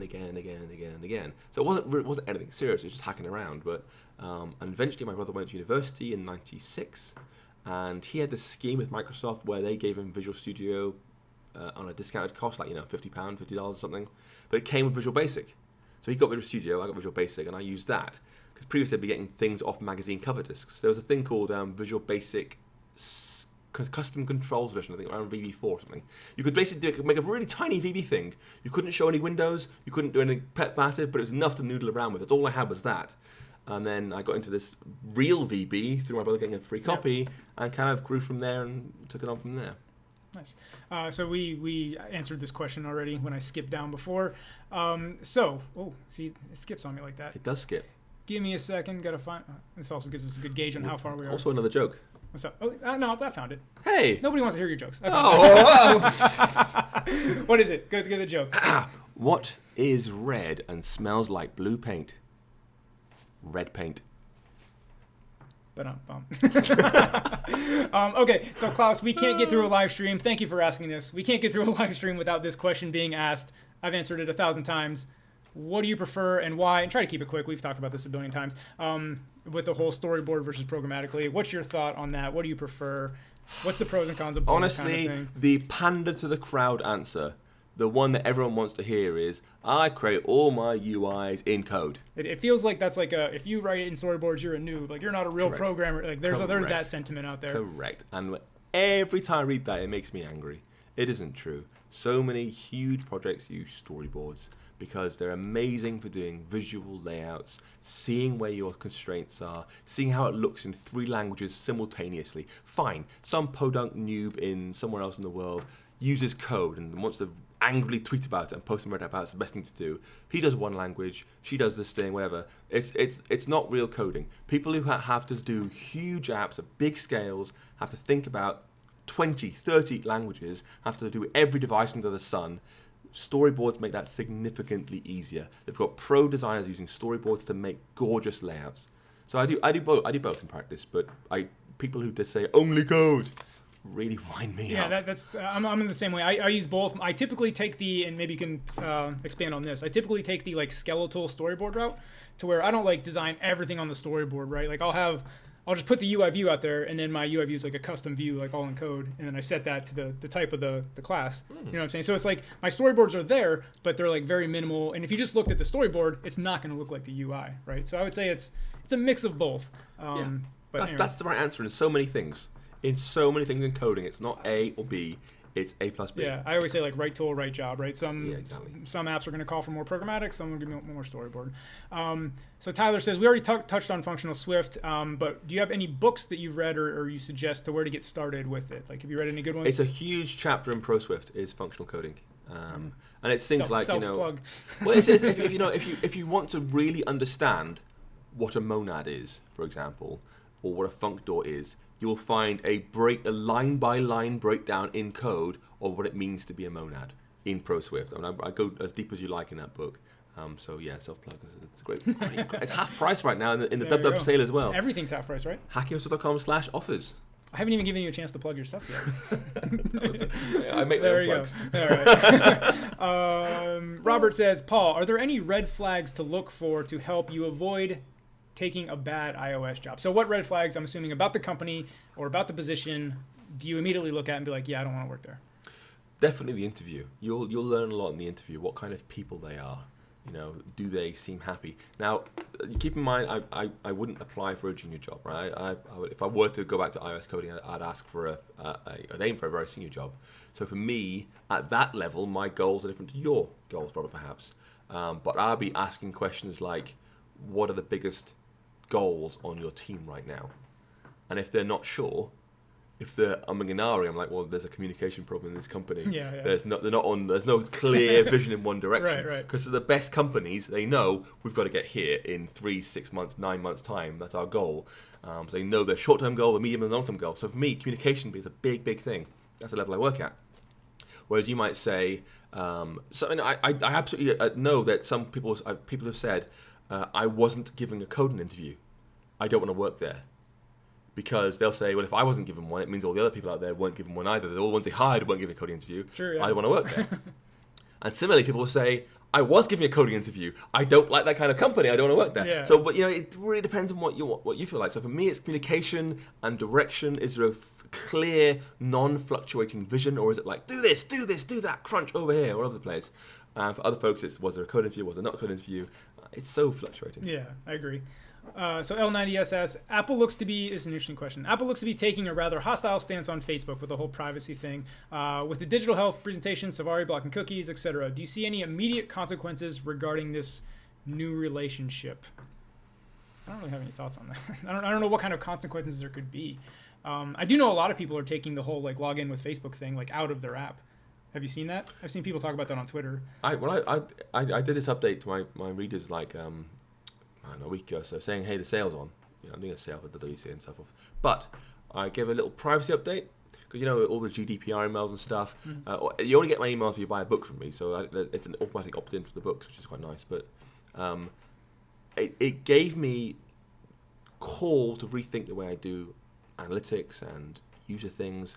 So now I actually went through my site, and sometimes showing a Google ad would bring in 40 or 50 cookies from all over the web, adding the tweet buttons and stuff all over the web. It brings in so much junk. Part of what you just said is why I told you earlier, and I tweeted it out, that I'm working on switching from Chrome to Safari, Right. and that was part of the reason, because you realize how much stuff that Chrome is actually like throwing on your machine. Yeah, so I went through and ordered through the site, and we're down to I think 3 cookies, which are used by Google Analytics. And I've turned off all the features I don't need, like all the advertising tracking is all turned off now. Basically, which pages are people reading? That's what I want to know. It's all like, I have to write more stuff, right? So I value that quite a lot. It's got important data to me. But broadly, I've turned off all tracking. So I don't think they're not hostile on Facebook. They're hostile on the idea of tracking, and that's because they can be. And I think that is a bet they made, 10 years ago that's really, really paying off now. So they're kind of doubling down on it retroactively, and they really are internally. It's a huge. Everyone's so proud of the stance they're taking internally, and that for good reason. Yeah. But that bet's really paid off for them. Ollie asks, and this is a quick one, where can I find good UI ideas? So I find mine at Dribble, Behance, Muzzly, M-U-Z-L-I on Medium. There's a whole bunch, and these are just like visual places you can go and look at a bunch of UI designs.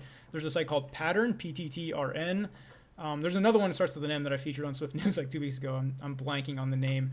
But these are all just sites and blogs that I visit. Envision has a good blog for this stuff. Do you have anything you go to for your UI? First of all, what's your take on design? Do you try to design your own stuff? Do you always outsource design? What's your take on always that? Design myself.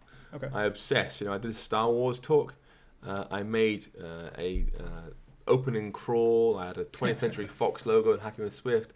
I had things between all my slides, all this video stuff. I take design quite seriously. I did magazines, right? Magazines are all about very visual. Design, very, very visual. It's part of the fun, Cool. Looks like we got a super chat, so you're going to the front of the line. It says, amazing watching you two live sharing knowledge. So no question there, but Helder, appreciate the live chat. Thank you very much.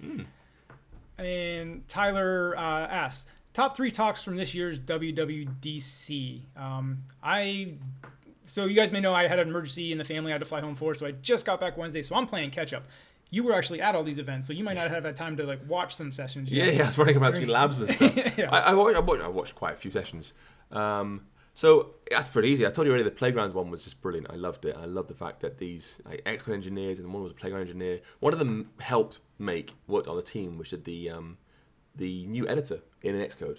The lightning fast Swift editor. Oh, yeah. There's that, and so maximum respect to her. But anyway, that was a great talk. I love that talk. Please watch that talk. It was so much fun. Another one, a sneaky one, was the What's New in Cocoa talk. I like that one. Not Cocoa Touch. Oh, never mind. I saw it. You got me. I didn't see What's that New one in Cocoa? So Ali Oza, who's a long-term Apple guru, he's been there a long, long time. He's done these talks with many, many WWDCs.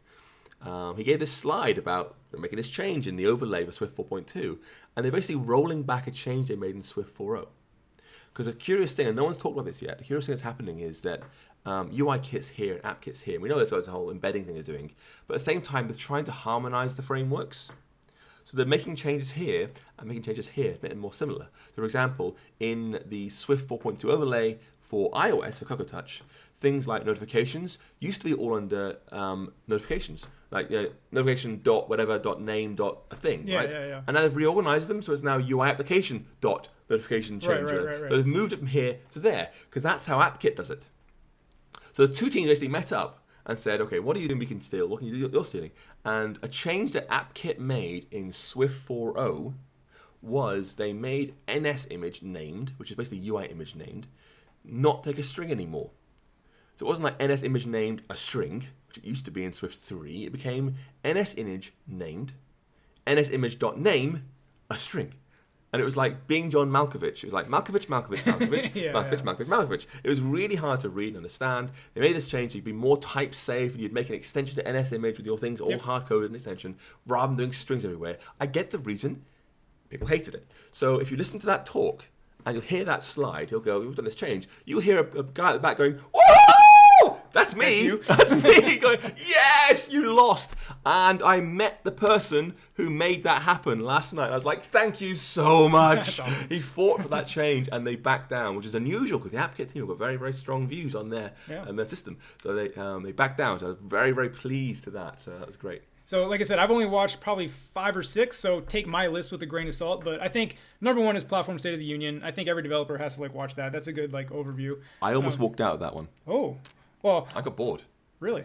Well, I'm just saying for information to get if you. I don't know. Maybe we have different opinion. Yeah, we obviously have different opinion. We obviously do. If we're both the same opinion, only one's an idiot, right? To me, that's the keynote is kind of consumer focused, whereas the State of the Union is more it's like the developer keynote. Every year it's good. This year I was like, wow, you're just rehashing the keynote here. There's so little new. It's I want to walk out. This is really annoying me now. It's really weird. So I like that one. What's new in ARKit again with the shared world maps. I thought that was awesome. Again, it just made me think of where it could go in 5 or 6 years when you get the glasses, if it ever comes. I know you didn't like the AR kit, so we're going completely different opposite lists.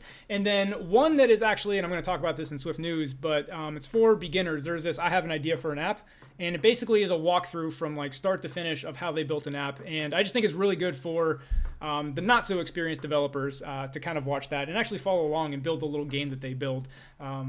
It's going to start off super basic to the point where it's here's how you put a view controller on Storyboard, but it ramps up pretty quickly. So again, I've only watched 6 sessions, but those were my top 3 so far. I think my third one. Oh, my third one would have been one of the Swift talks. I was sitting there at Swift talks, and sitting there, it's coding in Swift, right? It's all hardcore stuff at this point. And on the same row as me is Craig Federici. And he's listening to the Swift talk. I'm like, yeah, respect. And I asked him, apparently, he goes to so many talks. He takes an active interest in where Swift's going, how it's being developed, make sure it's the right thing. That's good. It is really good. Top to bottom, they're all caring about where Swift's going. Nice. Real quick one for Sean and Paul. Xbox or PlayStation? PS4. I don't game that much anymore. I used to be a hardcore gamer, but I don't know. The past few years, I just haven't gamed that much. Also, actually, Switch, if I could choose at this point. I play PS4 with my kids, some games like Rayman Legends and stuff. They love that game. But for pure, beautiful, outright joy, Switch. I actually bought the Switch just for Zelda, beat Zelda, then sold the Switch. Mario Odyssey, man, you're missing out. Well, this was when it first came out, and I was like, well, Mario Odyssey doesn't come out for 6 more months. I was like, whatever. I'm trying to see here. I'm not sure what's actually questions. Any point where we talk about RX Swift. What's your take on Metal 2? haven't dealt with Metal at all. I am so happy to let someone else deal with Metal. Right. Because if you do Metal, there's a good chance you'll screw it up. Because Sprite Kit and Scene Kit and UI Kit and Core Animation are so extremely optimized. You're saying, I know this better than Apple. I'll do it in Metal myself. That's what you're saying. And if you're confident, fill your boots, do it. But there are some very smart people in Core Animation who have done some amazing work on Metal, All right, so Zach is also the host of Fireside Swift. Swift. Zach, my man, internet high five. Zach asks, so what would be a good opera to start off with? What's your favorite? What is your favorite? That's my no favorite. Taylor Swift. No. See, I've got this my spectrum of music taste. At Swift. least I'm familiar with Taylor Swift. I know a bunch of stuff. Opera, I got nothing. I took my daughter to an opera festival last year in Verona, and they have this big Colosseum there. It's dark and it's just gorgeous. My personal favourite is Rigoletto. It's a very, very sad story, but it's got some of the most famous, beautiful music you can imagine. I'm a big fan of that. If you want a more easy to listen to one of, I think the world's most popular opera is Marriage of Figaro by Mozart, and it's just amazing. It's light-hearted comedy. I agree. Opera. Jason Clark says, "Hi guys, glad to meet you. Paul, I grabbed your Swift Power Pack this week. Thank you. By the way, I listened to the soundtrack from Fez when I code. Feels like a video game. Yeah. Are you familiar with Fez? I'm not sure what Fez is. Games. Okay.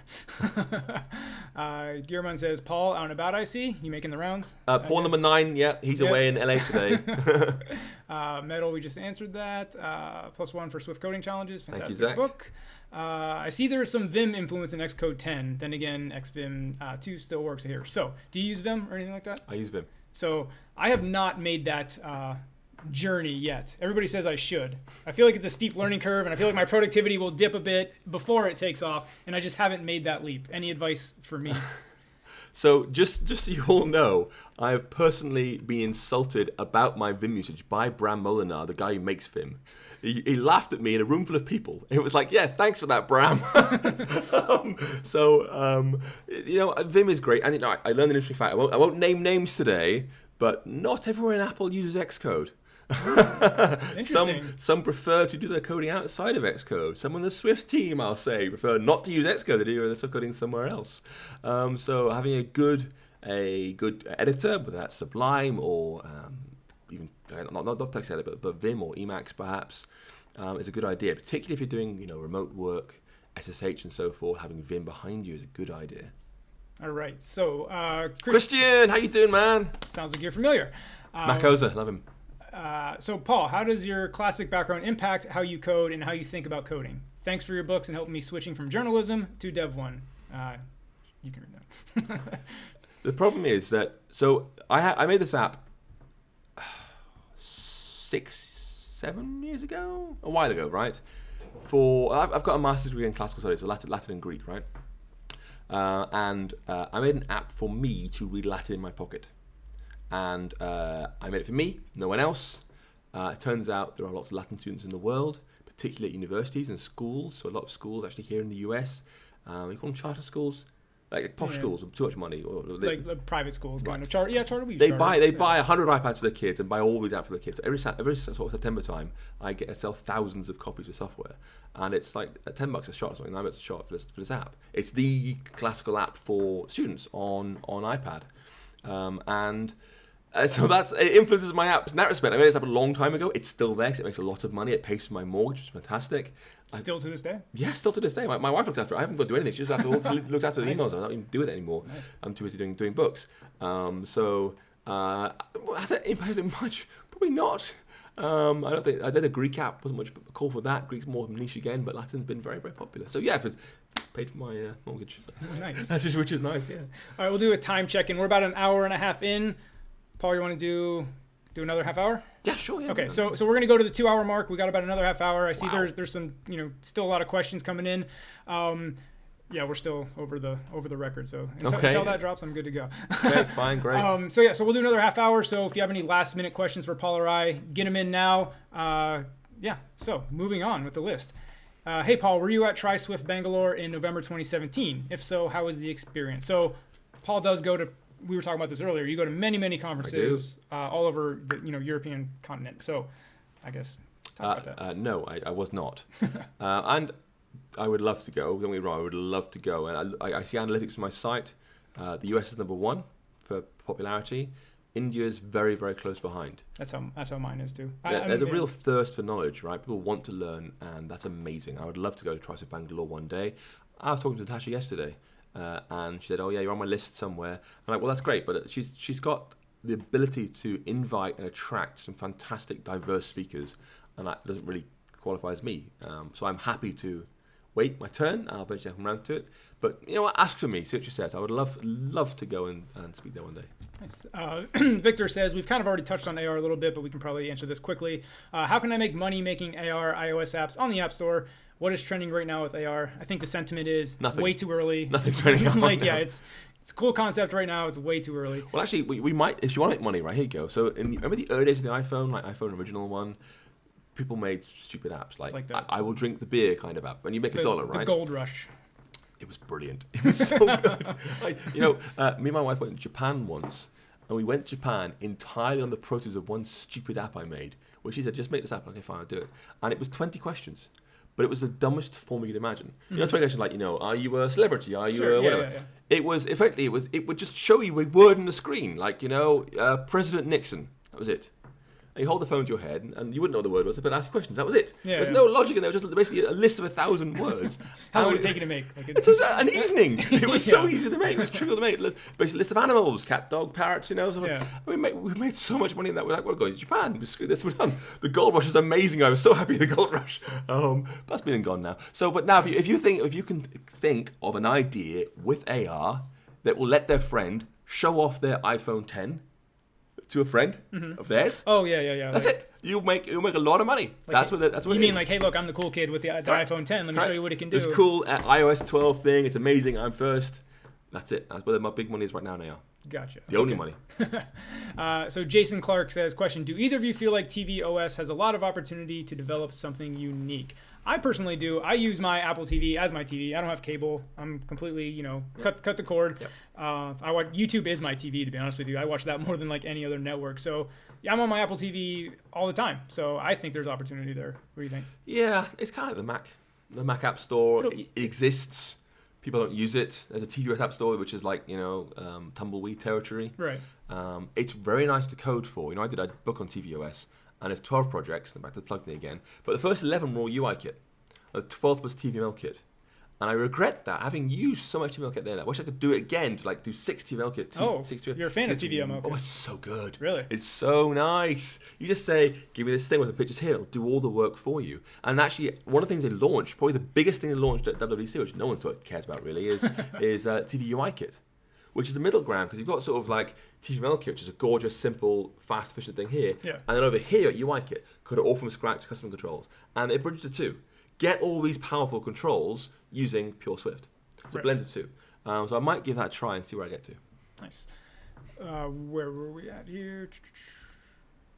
Sweet, I made it back before the end, but you got to be live for at least another hour now. So this is Jason. He's a longtime subscriber to the channel. I interact with him a lot, and he tweeted out to me earlier. He's like, "Hey, you jokingly." He's like, "You should push it back to 2. I got to do something." So he was excited to be here. So I'm glad you made it in, Jason. Yeah. I think he got in at 2, so you got at least a half hour of it, and we're going a half hour more. So you will get another hour just for you, Jason. We did that.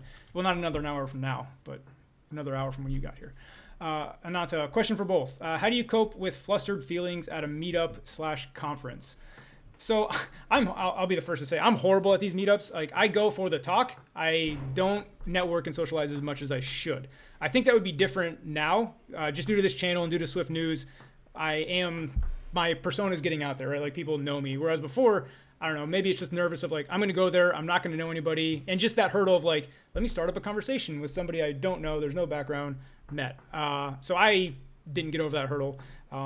So yeah, I'm probably not a good person to answer that, because I still got flustered at these meetup and conferences. You go all the time. You're a walking celebrity. You probably don't have to deal with this. What's the deal? The thing is, I don't want to say I'm special. I'm a bit special in this respect. I get such a kick about go up to somebody and say, "Hi, how are you doing? I'm Paul. How are you? Your name? What are you doing here?" They say, "Oh, what do you do?" I say, "Well, I write books." I heard of them. Hacking with Swift. Oh, you're Paul. Yeah, everybody's heard of you. But I really enjoy that sort of gap between they don't know who I am versus they know who I am. Mm-hmm. I get a kick out of that, so I do that quite a lot. But to be honest with you, there's a real and Apple isn't helping here. Apple's opening video at was the funny one. The developer, yeah. How developers are special and different, and salespeople aren't developers. They can't be in our community and stuff. That's exclusionary, isn't helping. I get that it's funny. I thought it was funny too, but it's exclusionary, which kind of sucks. So as a community, we've got a lot more work to do on that. And particularly at meetings, I think we still have a situation where we have very, very confident people who actually aren't that sure, and very, very unconfident with people who actually are quite sure.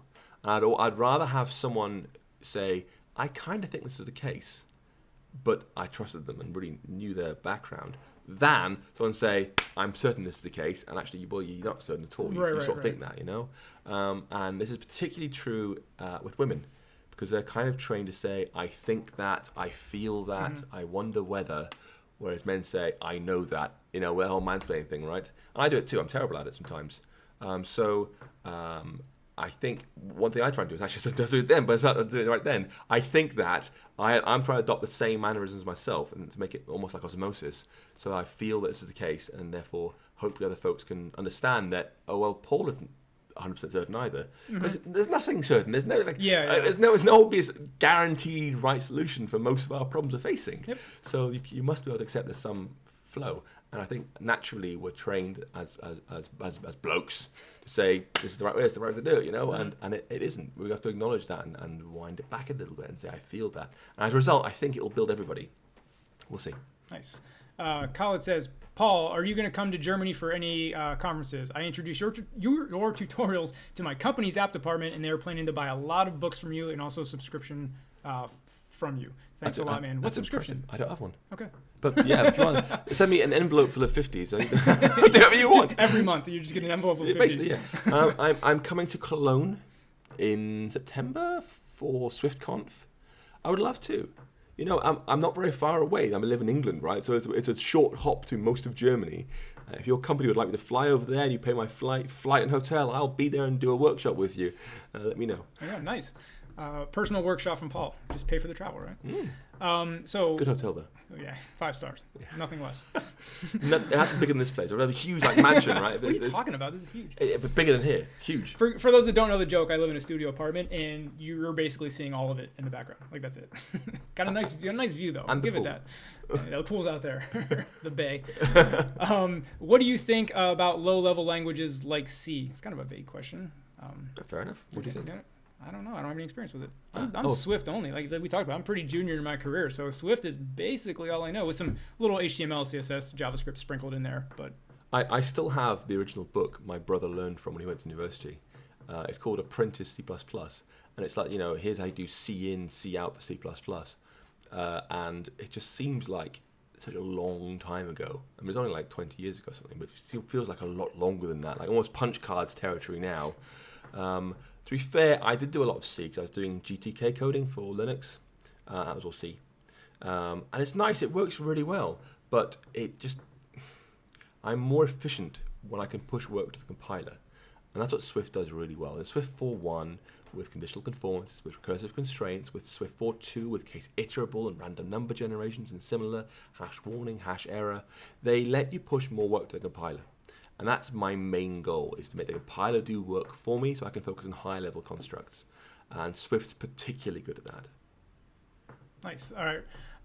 Robert says, Paul, have you put out any tutorials on iOS workflow like unit test, continuous integration, etc.? Well, you answer that. I'm going to open the thing. We're getting a little warm in here. I did a 6-part article series on that, Robert. It was sort of like how to do modern app infrastructure. It kicks off with here's a ropey iOS app, which I obviously made specially for the series. It's not my real app. And it's like, let's retrofit unit tests onto this. So step 1. Then let's use CocoaPods with this.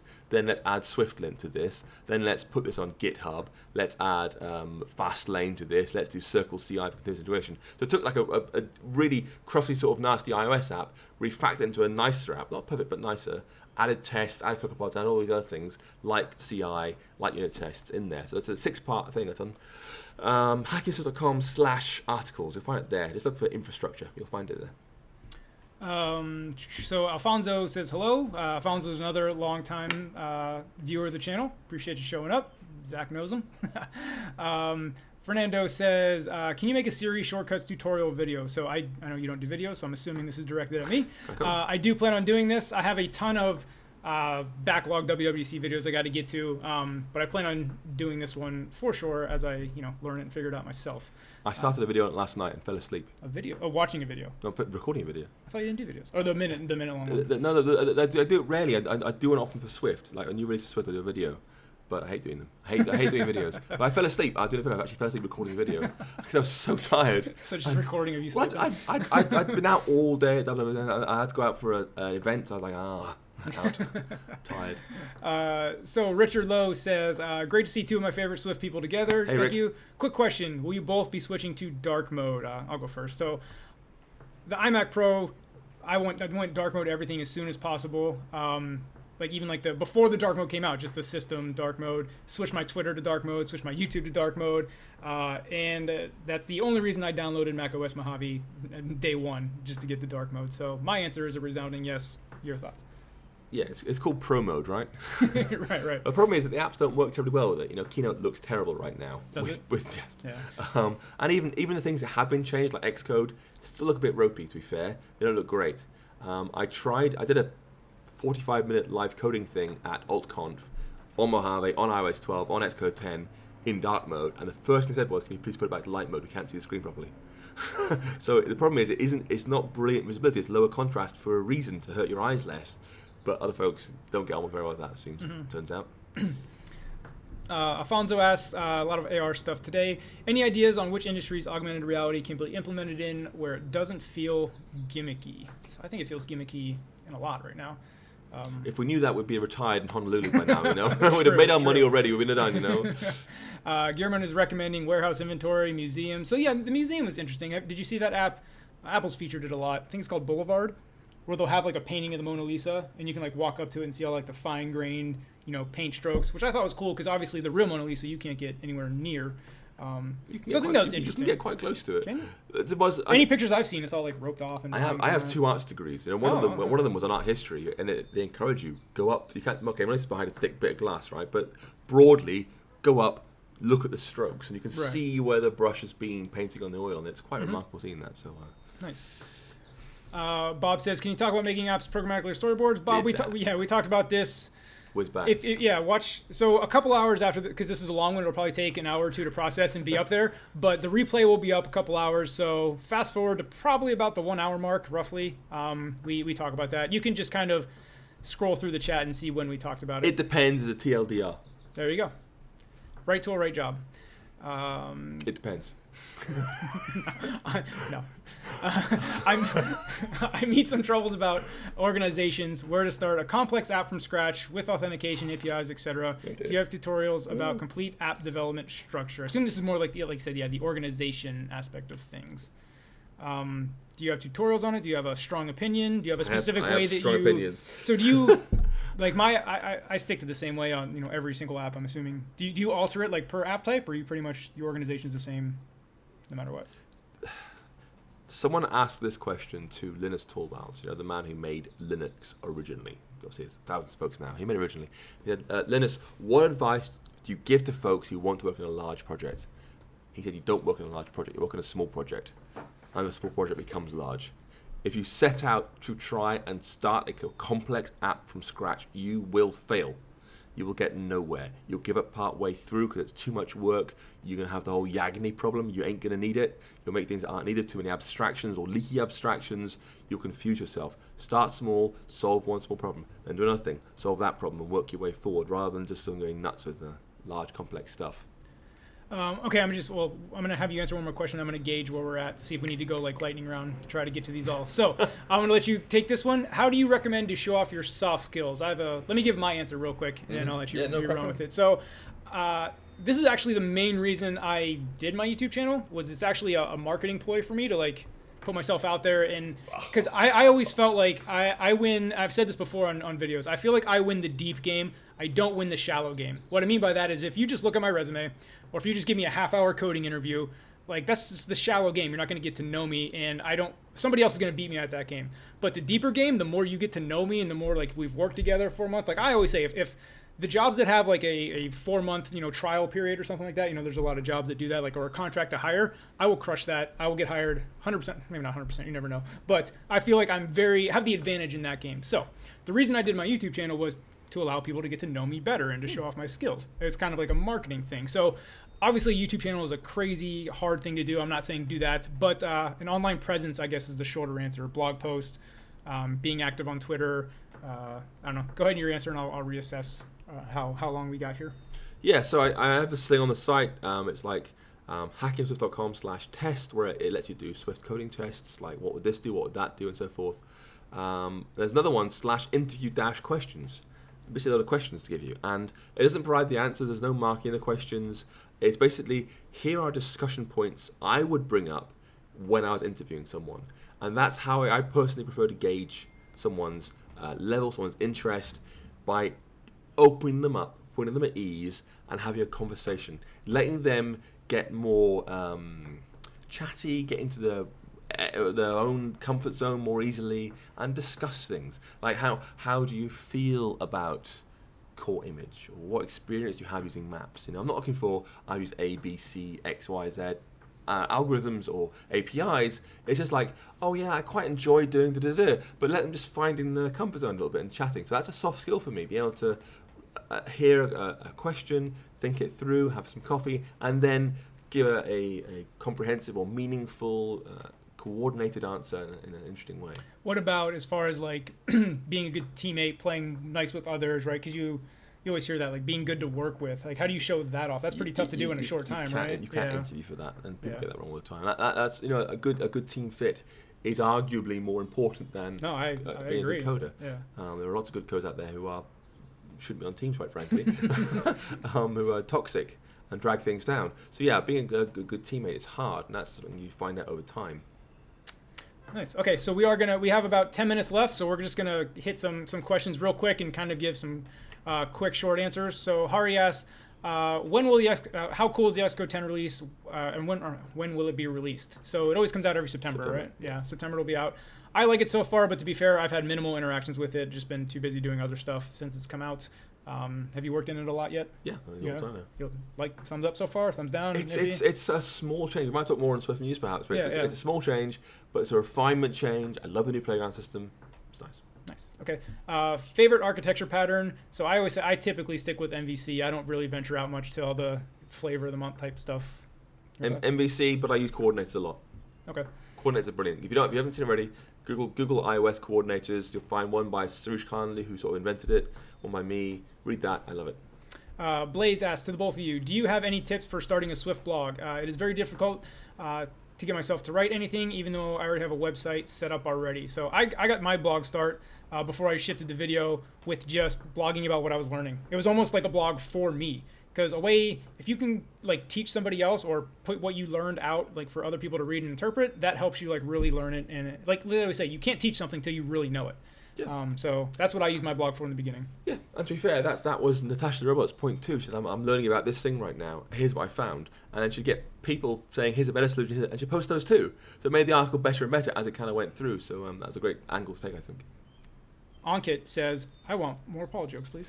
Well, maybe you can invite me to lunch next time. I'm in your city, Ankit. Hey. How do you handle daily notifications to fire? Mine don't generally fire if you don't open the app at least once a day. I see. Sure. Yeah, so that's an Apple thing. You can ask it as often as possible, and they'll actually monitor it and adjust it. If the user uses the app more, it'll fire more frequently. If they use it less, it'll fire less frequently. There's no way around that point, sadly. All right. Mike says, Paul and Sean, I just wanted to say you both have been tremendously helpful teaching me Swift, and I hope you guys keep making more books and more videos. Thank you. More on the way for sure. Hey, Paul, when are you going to write a book about both UI and unit testing? I was asked that just yesterday. I don't know. I'm doing this iOS 12 book. I would love to do the app. I was doing the app full time for a while, and then I was doing talks for a while, and now I'm doing this book for a while. So I guess I've got to try and find more days or more clones. Richard asks, Paul, is the $40 half off price cost for Practical iOS 12? Great books, by the way. Recommend to all. No, it's $20 half price because that's half of 40 Rick. But yeah, Rick knows. He's bought so many books. He's a great guy. Yeah, it's $20 in the sale. What's a good place to learn about animating auto layout and stack views? Thanks. Do you have anything on this personally, or? I think we do it. We do it in project 33, I think, in the CloudKit one, where you stack views for recording and hiding stuff. Because all you say is you add a range subview inside an animation block, and it will just slide in with animation. So it's actually pretty easy to do. Christian asks, my idea for my first app came during reading Paul's books in PDFs. Now his app has over 1,000 people using it. So there's a success story Christian's for made it. a Mac OS app that takes PDFs and inverts them to do dark mode. I've asked him to do smart dark mode that inverts text, not pictures. I'm not sure how far he's got with that, but no, it's a scratch my itch app. Right, yeah. This annoyed me, and look, it's annoyed 1,000 other people. So that's the best kind of app. I'd love to think I'm a beautiful and unique snowflake. There's a lot of folks out there like me, and if I make an app that solves my problem, like Latin apps, whatever, or PDF apps, yeah. Did you try creating ML on I do. It's Xcode amazing. yet? It's really good. I've just watched the video. I haven't tried to train mine yet. So cool. Zach is returning the internet high five. Thanks for the Fireside Swift shout out. Half an hour ago. We're so far behind. Sorry. Well, we're not that far in the chat though. That's the I thing. see. We're trying to get through. Okay. Maybe the questions stop flowing in. Italian opera, naturally, honestly, Verdi is a genius. Was a genius. Louis says, amazing channel. Hi from Colombia. Thank you, Louis. Buenas. Any thoughts on the developer scene on YouTube as a whole? I've seen a lot more channels appear on YouTube that are rooted in programming. Any projections for the future? So, that's all you. No, just kidding. I haven't seen any of the new ones. As far as I know, I was one of the newer ones. I just started mine a year ago. There are some ones higher than me, like at the 50,000 subscriber range, and Brian at Let's Build That App at the 100,000 subscriber range. I have seen their and this is not a knock on them, life is busy, but I have seen their content fall off a bit as far as like frequency. So I think there is a opportunity. If you're thinking about starting your own channel, I definitely think there is an opportunity. There's still a wide space. We talked about this earlier. I'm not competitive as in like all of the YouTube channels need to fail, for me to succeed. Like I think a rising tide floats all boats. I welcome more YouTube channels. But my only thing is put your own unique spin on things. Most channels, when I came in, were just doing straight up tutorials. And that's why I started doing more like vlogging, like just vlogging my life as a developer in Silicon Valley. A lot of people found that interesting. I do Swift news. Nobody's doing that. I just try to put my own unique spin on it. So if you are thinking about creating a channel, just do something different, and I think you're fine. Please keep in mind, I don't do YouTube, but I know somebody who does. YouTube does not pay. Like, he doesn't get paid for doing this work for you, right? So he's doing every week. He's volunteering. He's doing his time for you. He gives away a lot of his free time to support you in learning Swift. And if you can spare like $3, if every person watching this gave him $3, you'd get a lot more out of him. Oh yeah. If you want to see more Sean, seriously, even like $2, $3, $4, $5 makes a huge difference to Sean. So consider. Appreciate that. There's my plug. I do I've talked about this before, so I do have intentions. I don't know if it's going to be next year, 2-3 years from now, ongoing full time in YouTube, because I love doing this. I love interacting with you, teaching you folks. Caught myself. Nice. So I would love to do this full time, but like he says, this is by choice. I live in downtown San Francisco. That's not exactly the cheapest place to live. But that is my choice. I'm not complaining. But anyway, it's going to be a little bit before I can do it full time, but that is the goal. So any support does help there. Okay. Hey guys, what do you think about cross-platform fire? We've answered that one. I have no idea what that's about. Just wondering what your thoughts. Okay. Communism. Who's your favorite dictator? It's kind of fun. I usually have Patrick in here as my moderator to kind of help out with this. How can I let users on my app before I launch it? Thank you in advance. Exactly. Test Flight was bought by Apple year ago, 2 years ago. So it's fully integrated with like iTunes Connect and everything like that. Works great. Okay. I almost forgot, Sean. What are your thoughts on last night's game? Are you a Warriors fan? Do you see LeBron playing with the Cavs next year? I'm an NBA fan. I like watching. I'll keep this short because we're in lightning round. I just like watching good basketball, and I follow players, not necessarily teams. And no, I don't think LeBron's on the Cavs next year. I tried to go and have dinner out, and it was just constant wall to wall every day. Basketball. What's on basketball? What's on today? Basketball every day. Yeah. We got our super chat in from Alfonso. Thank you due to Paul's plug. Paul's a great promoter. And like I said in the beginning, if you weren't here, I already bought him lunch and coffee, so I already paid him off for that promotion. So don't let him lose money on this session, okay? You got to help him out, make some money on this thing, a little bit. We're good here. So Zach, this is probably a while ago. Zach's got to go. He's probably not here to his bye, but nice to see you, Zach. Yeah, big shout out to Zach in the Fireside Swift podcast. Paul is famous everywhere. It's a face. Yeah. Would you say I have a face for radio or something? I got a face for radio. Real face for radio.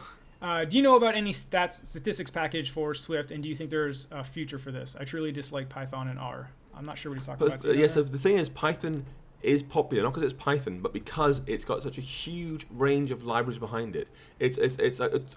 When you try and make a Python app to do things like scikit-learn, it's almost no work. because so many frameworks exist. Things huge things like NumPy for doing analysis and so forth, reading huge numbers. It's remarkable, and Swift is not there yet, and it'll be a long time before it's there. So it takes time to get there, and at this point, it really is Python. Python's so big. Nice. All right, looks like we have about 5 or 6 questions left. We're going to go through them rapidly. So if you have any last-minute questions you want to get in for Paul or I, get them in now, because as soon as we get to this list, the bottom of this list, and the last one's Alfonso, we're going to wrap it up and call it a day. So Swift for the back end, what's the future? So I haven't messed with server-side Swift yet.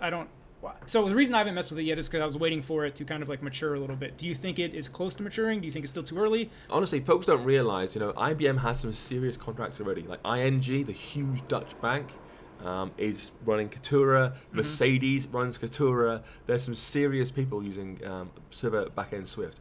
Now, Vapor has this huge community backing, which is it's really important, it's valuable and so forth, but IBM is literally making money from this now. So it's a serious thing, and big companies are using it, so it has got a future.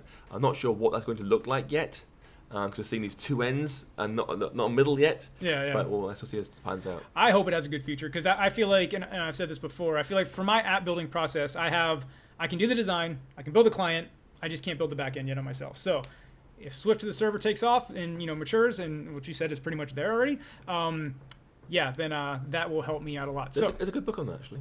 Who wrote it? I'm very particular about my authors. It's half price right now in the sale, and what's that URL again? Michael, thank you so much for the super chat. Here, have some money. That's funny. Thank you for the answers. Yeah, I hope you guys enjoyed this. This is my longest live stream ever, 2 hours.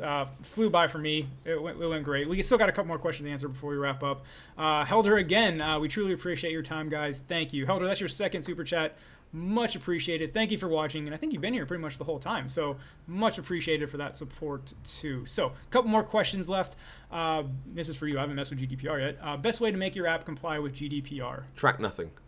I go down the Apple route. I massive respect for Apple. Track as little as you can, store as little as you can, store nothing if possible. Be totally transparent. Paul, what does your hardware setup include? I have a MacBook Pro, I've got a 27-inch 5K screen, I've got a very, very loud, posh mechanical keyboard, and one of those hideous Magic trackpads.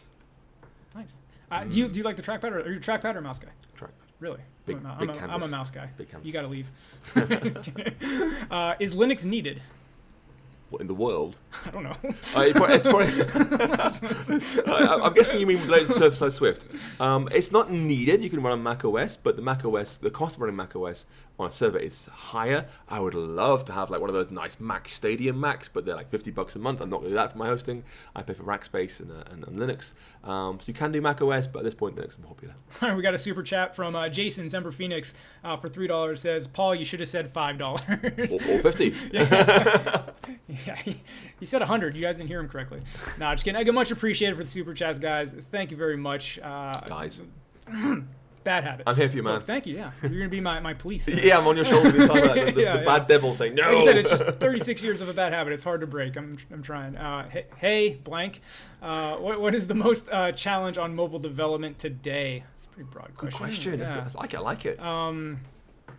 You go and I'll think of one. I don't have one off the top of my head. Well, at this point, we now have to support everything from iPhone SE up to iPhone 10, including the notch around the corners. Don't forget the iPad. Then iPad Mini, regular, Pro, portrait, landscape, split view, slide over. Hey, Ankit, I know you're on like a billion-figure salary at Apple with your stock options and stuff. Help this man out. He worked so hard for you, pouring your stuff. Come on, you could remove that little place, couldn't you, and do a $30 donation? I appreciate the promotion, Paul. I do fine, but I appreciate the promotion. But anyway, so it's that. It's portrait, landscape, split view, slide over, Pro, all sorts of things. It's a huge range of devices, and that's hard to get a good, consistent layout feeling good there. That's my opinion. Yeah, I'm just going to echo that. That was what he said. Give me the money. Don't give him money. No, it's true. I'm still not even on the lunch. It's true, though. It's true. That is a great point. And I'm just glad the iPhone 4 is gone. That was a pain, too. We have the iPhone SE still. Yeah, but if that goes away... That's an iPhone iOS 12, you realise. iPhone SE. Yeah, but I think the iPhone SE, I think they're going to support it for a while because they're still upgrading it, right? Another year. I think that size is going to be around for a while. Okay, so do you think it's feasible to become a Swift developer without a paid course? of course it is. I think so. Totally. YouTube University, that's what I call it. And Don't- there's do tons not- of, he's got a whole free book, right? Yeah, the entire but book is free. if you go to the site, you'll see there's literally 39 complete Swift projects, all teaching you iOS, all teaching you Swift. It's a huge resource collection. There's 600 articles about, making your Swift better and so forth. There's a lot of free material out there. The problem people get is this whole analysis paralysis thing where they say, oh, I'm not sure what to do. They do a bit of that one, bit of this one, bit of that one, and they just dabble around. Don't stick to it and get through it. Just go to the site, hackingwithswift.com/read, and it's all free. It's all free. You can dive in and learn so much about Swift and make some amazing apps with core data, with CloudKit, with SpriteKit, core graphics, core image, map kit. It's all there. It's all free. Yes, you absolutely can do it. Please do. Yep. I get that question all the time. Should I go to a boot camp? And my question is most likely no, because there's so much stuff out there for free. Yes, there are some benefits to it. There's some benefits to it. From that. A group learning approach really fits some people, and that's brilliant. Do what works for you. And if you find you're reading my books and go, this writing style doesn't suit me, awesome. Go somewhere else. Try something else. There's tons to choose from. Yep. Find what suits you. I always say try the free stuff first though. A lot of people, I found this. A lot of people like to spending money makes them feel like they're doing something because they spent money on a book. I bought this book, I'm doing it. It's like it's like joining a gym. Yep, You got to go to the gym. Exactly, you don't get fitter just by joining a gym. That's a good point. Kate asks, what's going on? Kate says, will this stream be saved as a video to watch later? Yes. When we're done here in a couple minutes, it'll take probably about 2 to 3 hours to process, and then it'll be up on my channel on YouTube to watch the replay. Neil says, such a great live stream. Thanks for putting the time into this, Sean, and not Paul. Cool. Thanks, Neil. No. I know what you meant, Neil. Joke. Sean Allen plus Paul Hudson equals Sean Paul. That's a singer, right? Yeah. Sean Paul. Mm-hmm. All right, skipping down to the bottom here. Rapid fire. Ankit, thank you very much for the $3. Don't listen to him with your Apple paycheck. That's fine. Stock options, I'm much appreciated. Yeah, just give me a couple stocks. That's fine. Like one option. Yeah.